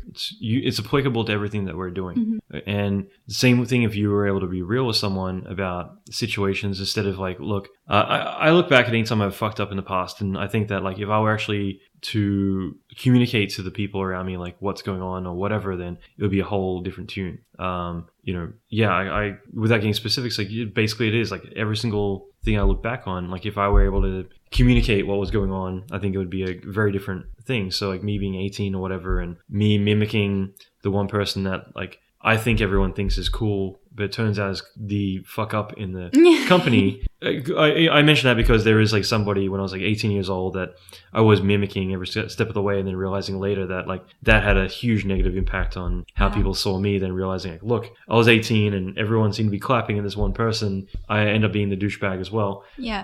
That's the kind of shit that like it does happen, and the more you can say like, look, here's what I'm going through, or here's what I'm fucking up on, or I need help. Asking for help is huge. Being able to ask for help rather than, I think all of us are guilty of this, especially early in our career. We figure we won't tell anyone until they find out. And so if you fucked up and the deadline's around the corner, you're just hoping that like no one's going to find out, or if they do, it's too late to fix anything. When all it takes is you saying like, look, I'm fucking up, or I can't get my head around this. I'm struggling. My problem, I'm asking help too much. It's like, man. Well, there's that too. So I'll jump on that for a second and say that like one of the big things when hiring people is that a lot of people think, well, I'm a junior, I'm expected to need help, and I'm cheap, so I'm only getting $10 an hour or whatever. Who gives a fuck? The thing is, the people you're asking help from, they're $100 an hour. That's 10x. Yeah. So when you're asking 3 different people all the time for help, that ends up being thousands of dollars. And that time that you're wasting with other people's is so costly in the long run that that's what ends up being your downfall. So sometimes you got to try to figure it out. Try yourself, and when you're absolutely stuck, then you're able to say, look, I tried this, and this, none of these work. Tell me what to do. Don't say, I don't know what to do, help me. Or without even trying, because you haven't even showed the incentive. Just Google it. put in the time, put in the effort, and that way, when you're at your last point, then you can say, look, I tried all these, still don't have a solution, then people are more likely to help you, and at the same time, you've exhausted everything, and it's so important, because that's the number one reason that juniors get fired, is because they're taking up the senior people's time. They're going through reviews like 99 iterations, like that's how many people's, like, I hate to say it, but certain people in the wedding who are taking up all the time of everyone else's on their little thing when we should be focusing on the big picture. That's exactly the same deal. And that's, so anyway, I'll wrap this up. But like for you, I guess like one of the key things, like going back to you, I mean, as an artist, like, did you ever have doubts about making it in your career? I mean, you've made it now, I think, in a lot of ways, but, did you ever kind of have those doubts growing up, or negative mindsets yourself that maybe other people put in you, or you kind of grew yourself? Well, like, big one is this female in such a male-dominant industry. This is always big talk. The job that I have now, they had concerns hiring me because I was like literally one of the first females that they've ever hired. And the thing is, I had to pitch to them like, this is not going to be a bad decision on my part. Yes, I'm a female, but I can be one of the guys too. Like, I'm not going to be like, if you don't hire me, it's going to be like the worst mistake that you've ever made, because, I'm awesome at my job. I do really, really great. And the thing is, I'm a team player and I can work well with others and yada, yada, yada. So I'm going to jump in for 1 second because I want to go back to that. But like, that's the key point. And like in defense of the other people, like that is not a common thing where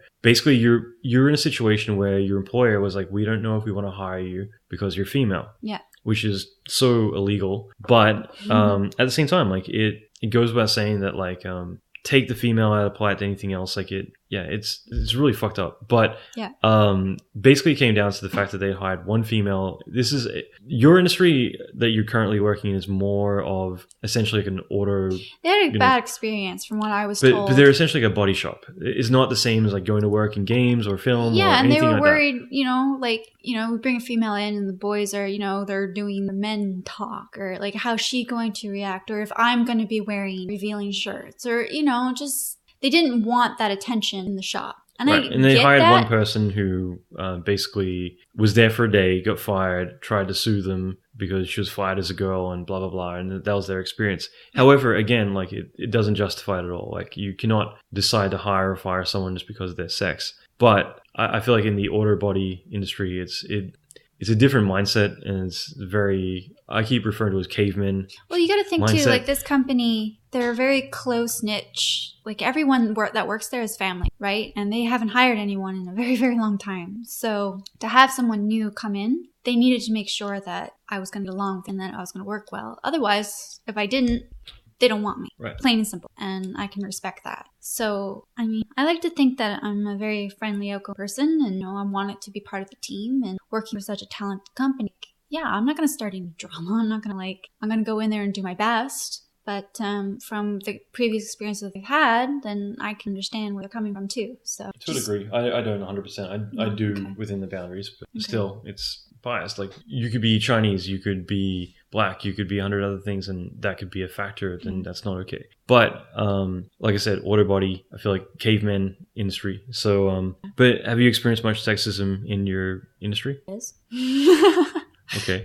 Yeah, all the time. I mean, how much more difficult does it make it for you? I just laugh at I think it's kind of cool because, again, going back to Arnie, you're different. Mm-hmm. Use that difference to make yourself stand, because that's your advantage over everybody else. Because everyone else is a dude. Like, I'm a female. I'm going to stand out automatically just from being a girl. Yeah, see as a positive, not a negative. Yeah, and I love that. So I'm going to use that. Mm-hmm. Now, mind you, like a lot of the girls they will go and maybe be a little more raunchy or sexy. I thought of doing that. Maybe I can hire like a bunch of Huda girls or something, because vehicles, you're talking. But I was like, no, like I want to be myself. I'm still going to stand out because of who I am. I'm different in that aspect. I'm not out there showing my boobs and all that. I'm going to be, bubbly and friendly. And you don't see that often. Mm-hmm. And I think people take to that. You're definitely a very positive person. And that's the thing, like I've seen the positive and negative. Like I feel like women, it sucks, but I don't disagree that there is at least some BS on some level with being female or over being male, and it's not always the case, but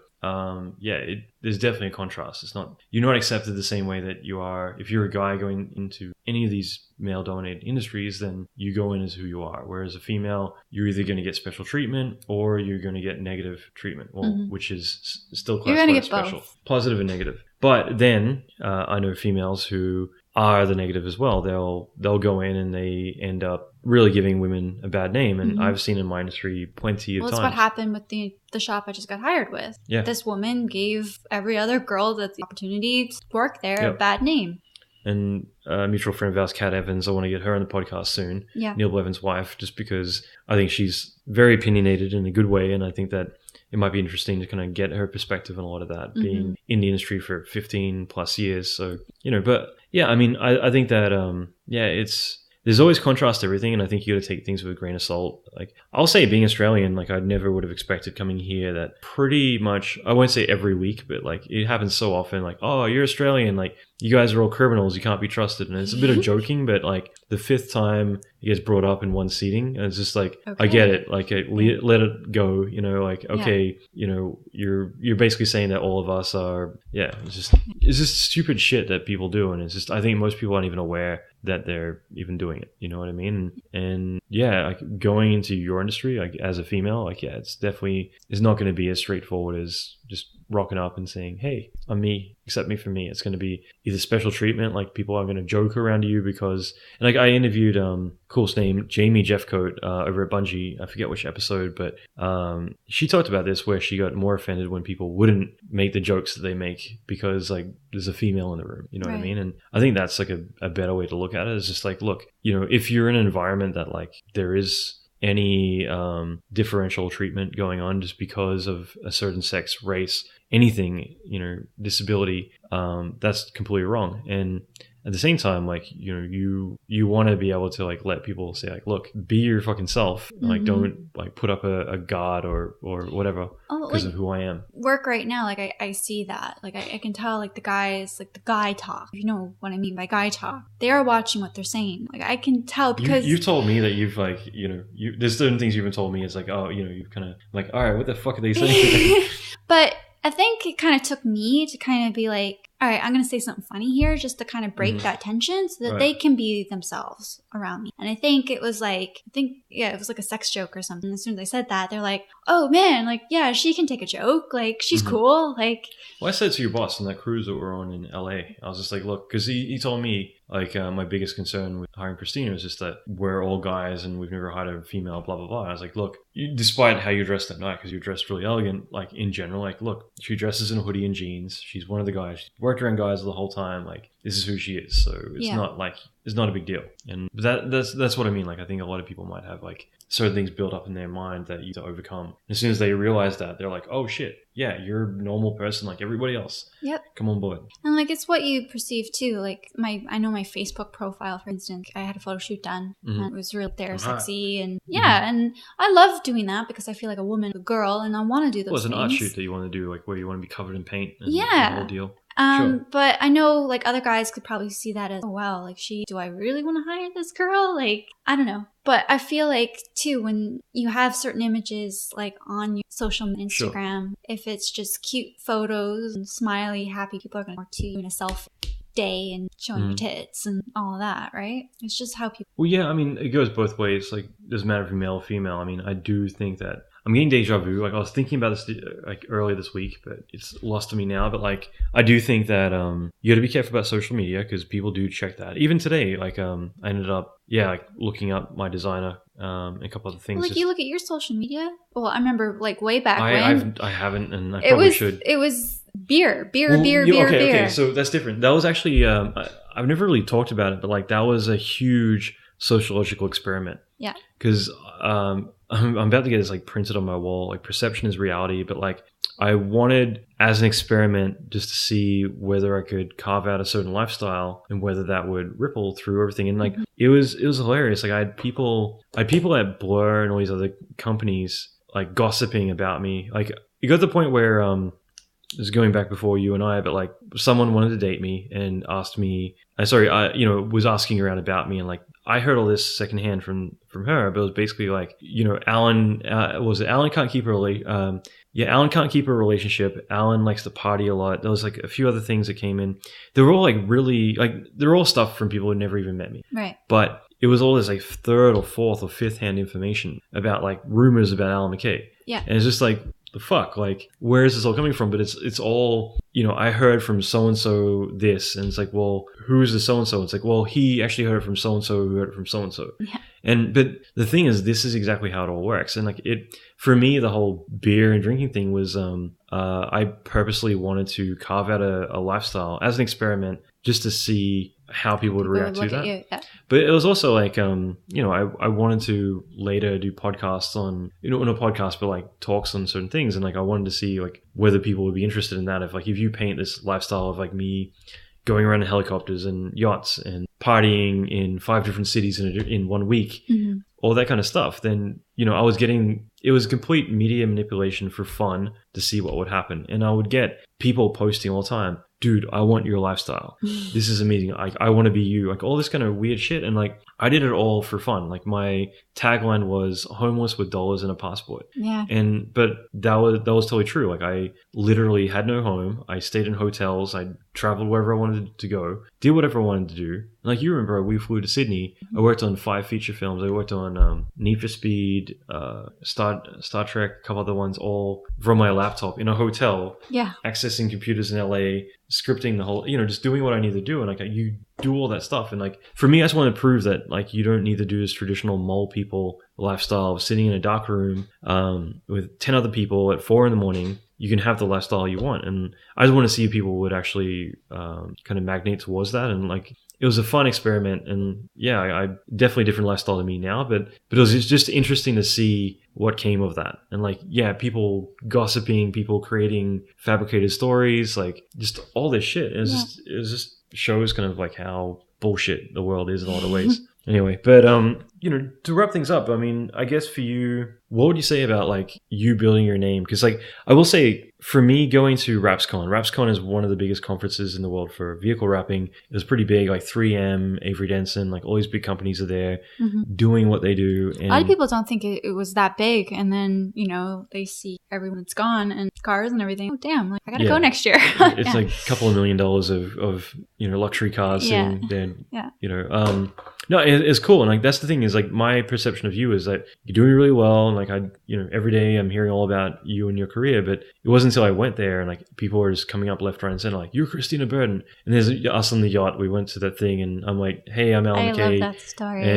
And they're like, you're on the list, and then they're like, Christina Burton. They spot you. Curvaceous. Yeah, people were calling me Curvaceous. Oh yeah, because you're Curvaceous Wraps, which is your company. I wonder where you got that name. And but the thing is, like, yeah, they basically were instantly recognized who you are by your face. Yeah. And like, come on in and bring your no-name bring your arm partner. Candy with you. Yeah. So, that was the whole thing. Is like, for me, going there, it was mind-blowing to see how recognizable you were, how you had a fan base, everyone knew who you were. And it's just like, holy shit, like, you're a celebrity in that circle. And, but, for you, like, how did you go from Nova Scotia to showing up in LA on the internet and all the things that you're trying and doing from, all the kids' designs and all the things you're experimenting with, and then eventually into vehicle design, all in the span of like 3 years. And then like crushing it in that industry to the point where you're not only recognizable by your artwork, because like we met that other guy, I think he was West Coast Customs or something like that, but like he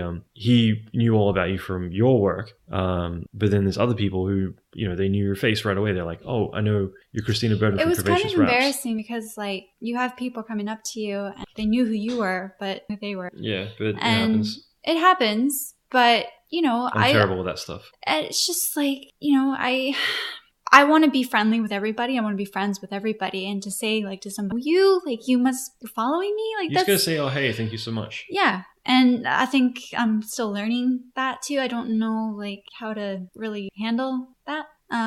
But like likewise, I was going up to people and I was just like, man, I've been doing your work for years, and they had no idea who I was. So, it goes hand in hand, but it just makes you feel good too. It's like you're doing something. But how I got to that point, like honestly, like it's sort of like that hustle thing. It's not even that. It's just building relationship. You meet one person and you start talking about their passion, what they like, and you keep that connection going. You don't just talk because you want something out of them. You really want that sincere friendship connection. Sure enough, they're going to introduce you to somebody. Or if, even you ask them, like, I'm doing a project, and so, oh, I know this guy. And sure, like, when you look at it like a diagram or something, like, there's lines, and they're all connected, and... Absolutely. It's... 6 degrees of Kevin Bacon. Everyone's connected with somebody. 6 degrees of Kevin Bacon. Do you want me to tell everyone how you're obsessed with Kevin Bacon? No, please don't. But, like, for example, there's this really talented installer. He's from Canada. And everybody was introducing me to this guy, and this guy had no idea who the heck I was. But he knew Curvaceous Wraps. And, I was talking to him, like I was networking with this guy for a while. And when we left, when RapsCon was over, he ended up messaging me and saying, oh my God, like, so you're the chick that's Curvaceous Wraps. I had no idea. Right? But now that I do, I'm going to be like... But that's a lesson learned about branding. And that's why McDonald's and everything... Like, McDonald's is bringing back Ronald McDonald, for instance, because every successful brand needs a Steve Jobs. Yeah. They need a certain face to the company. You're not a big fucking M or a Nike swoosh. Yeah. You've got to be beyond that. Otherwise, like, if there's no face, then it's nothing. There's nothing. And Nike, they did it through athletes. But... everyone needs like a face to their company and their branding. Otherwise, like, people don't associate with it. Intel struggled for the longest time, But so with you, you being Curvaceous Wraps, a lot of people disassociate. They don't understand like that's you. Yeah. You need to be the face of your company. But the thing is, I've been connected with this guy for so long, and it's only because I knew friends of his friends or whatever. And like, I feel like with this industry too, we're all sort of like my boss right now, Casey. When he first started, he just started a sign shop, And he's just getting to know the mob. Mobs are Masters of branding. Masters of branding, installers, US and blah, blah. But like he didn't even know half of that stuff. And it's because he wasn't networking. Right? And now that he started to do some really cool wraps and really cool cars, he's getting noticed and started going on these forums and everything, started sharing that work. He's getting noticed. So there's forums for vehicle wrapping? Yeah, it's called the Wrap Society. So. Right, so Facebook group. Facebook, yeah. We all know that a couple of people got kicked off of it. But oh, right. Yeah, Jessica. Yeah. That was awesome.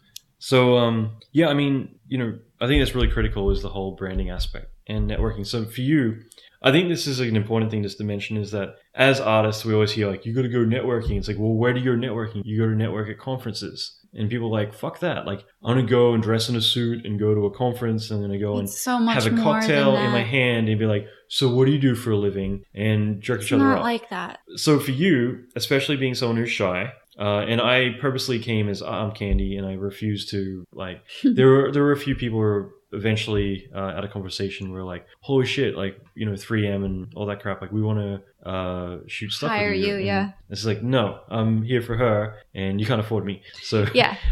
But with you, I think that was like a really critical thing is that you'd never done a conference before. And I mean, even me, like I've only just experienced it recently not being a speaker. Like now, as including your conferences, 2 conferences I've ever been to in my entire life that I wasn't a speaker at. Yeah. It's a whole different thing. And I'm like, fuck. Like I was texting you from San Diego, like this shit is hard. Like I'm trying to make friends at a conference and like this is actually difficult. Then I went to a bar and then I rock starred the shit up and it was awesome. It was easy as pie, but like in regular like chairs and all the BS, it was a totally different world. And like for you going there, like I would imagine like what am I going to gain from this? I'm going to go there and I meet a few people. What the fuck? This is going to be a waste of my time. But this is a prime example. You vehicle wrapping, going to a place that pretty much is selling vinyl and here's a new version of a fucking heat lamp or whatever the fuck, heat gun, and this shit that is nothing is directly pulling you in. And you're going there as an artist, okay, like which is bottom of the barrel because the installers, if anything, are going to be the rock stars, not the person designing the stuff. Right. You go in and the ROI or anything you're going to get back from that is going to be minimal.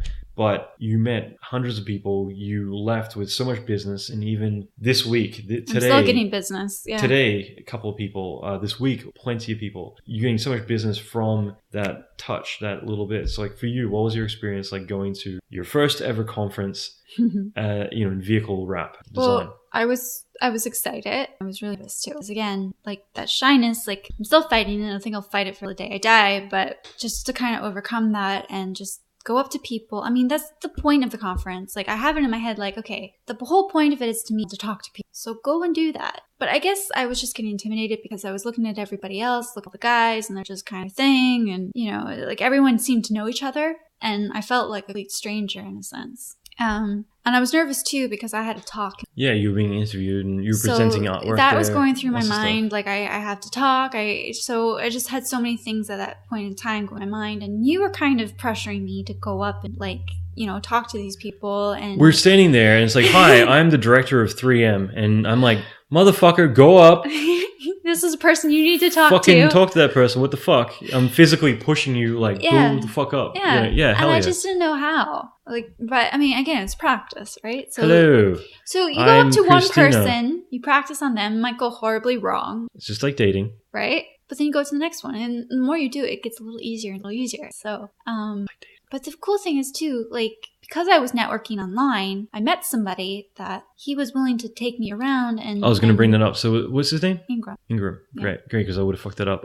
So finding power connectors. So you found one person, great guy, and I thanked him so much. I didn't think he would do that. But he was going out of his way to introduce you to everybody. Because he really And you got to identify those power connectors who know everybody and are willing to go out of their way to help you. Yeah. And by the way, I know one of the marketing guys at 3M who is like my power connector.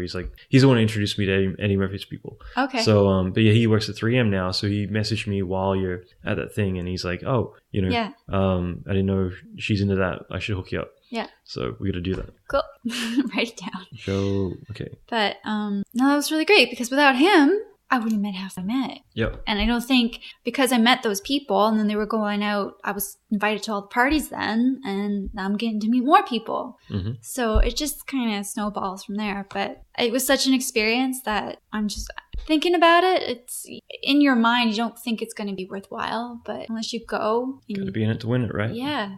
So do you think that working on the internet is limiting, or it's... No, I love it. Because again, being shy too, right? The internet is that kind of helps. Right. There's no discrimination, age, sex, race, anything. But the thing I don't like about the internet is that I can't I can't show my personality through it. I got to show my personality typing text. Right. So, because I find like when people do meet me, they like me. So this is what I want to show them. Mm-hmm. I don't want to come off as like on the internet. Well, maybe it's something you got to work on. Yeah. But there's 7 billion people out there, and that's why I think that, like, if you're a brick and mortar business, not you're everyone have 100,000 people at most in your city, probably. Whereas, like the internet, you've got everyone in the world. Yeah, it's not just limited to that one area. And do you have any advice for other artists who, especially female or people who are in the boat that you were in the beginning? Like, they want to be an artist, they want to make it in the industry, but at the same time, they don't know. Just don't give up. I think if you give up on whatever you're passionate about, and this whole interview has been about me quitting and going, but I always came back to what I was passionate about and I love it. And I'm so happy now. I know for a fact if I were to keep on the path doing psychology, military I would be pretty, I wouldn't, not truly. You want that fulfillment. And it's hard. It's not an easy road. I mean, if it was easy, everyone would fit. So that challenge is there, and that's what keeps me going. So. Well, thank you for taking the time to do this. You're welcome. All right, so what did you think? I hope you enjoyed this episode and you got something from it. I had a lot of fun doing this.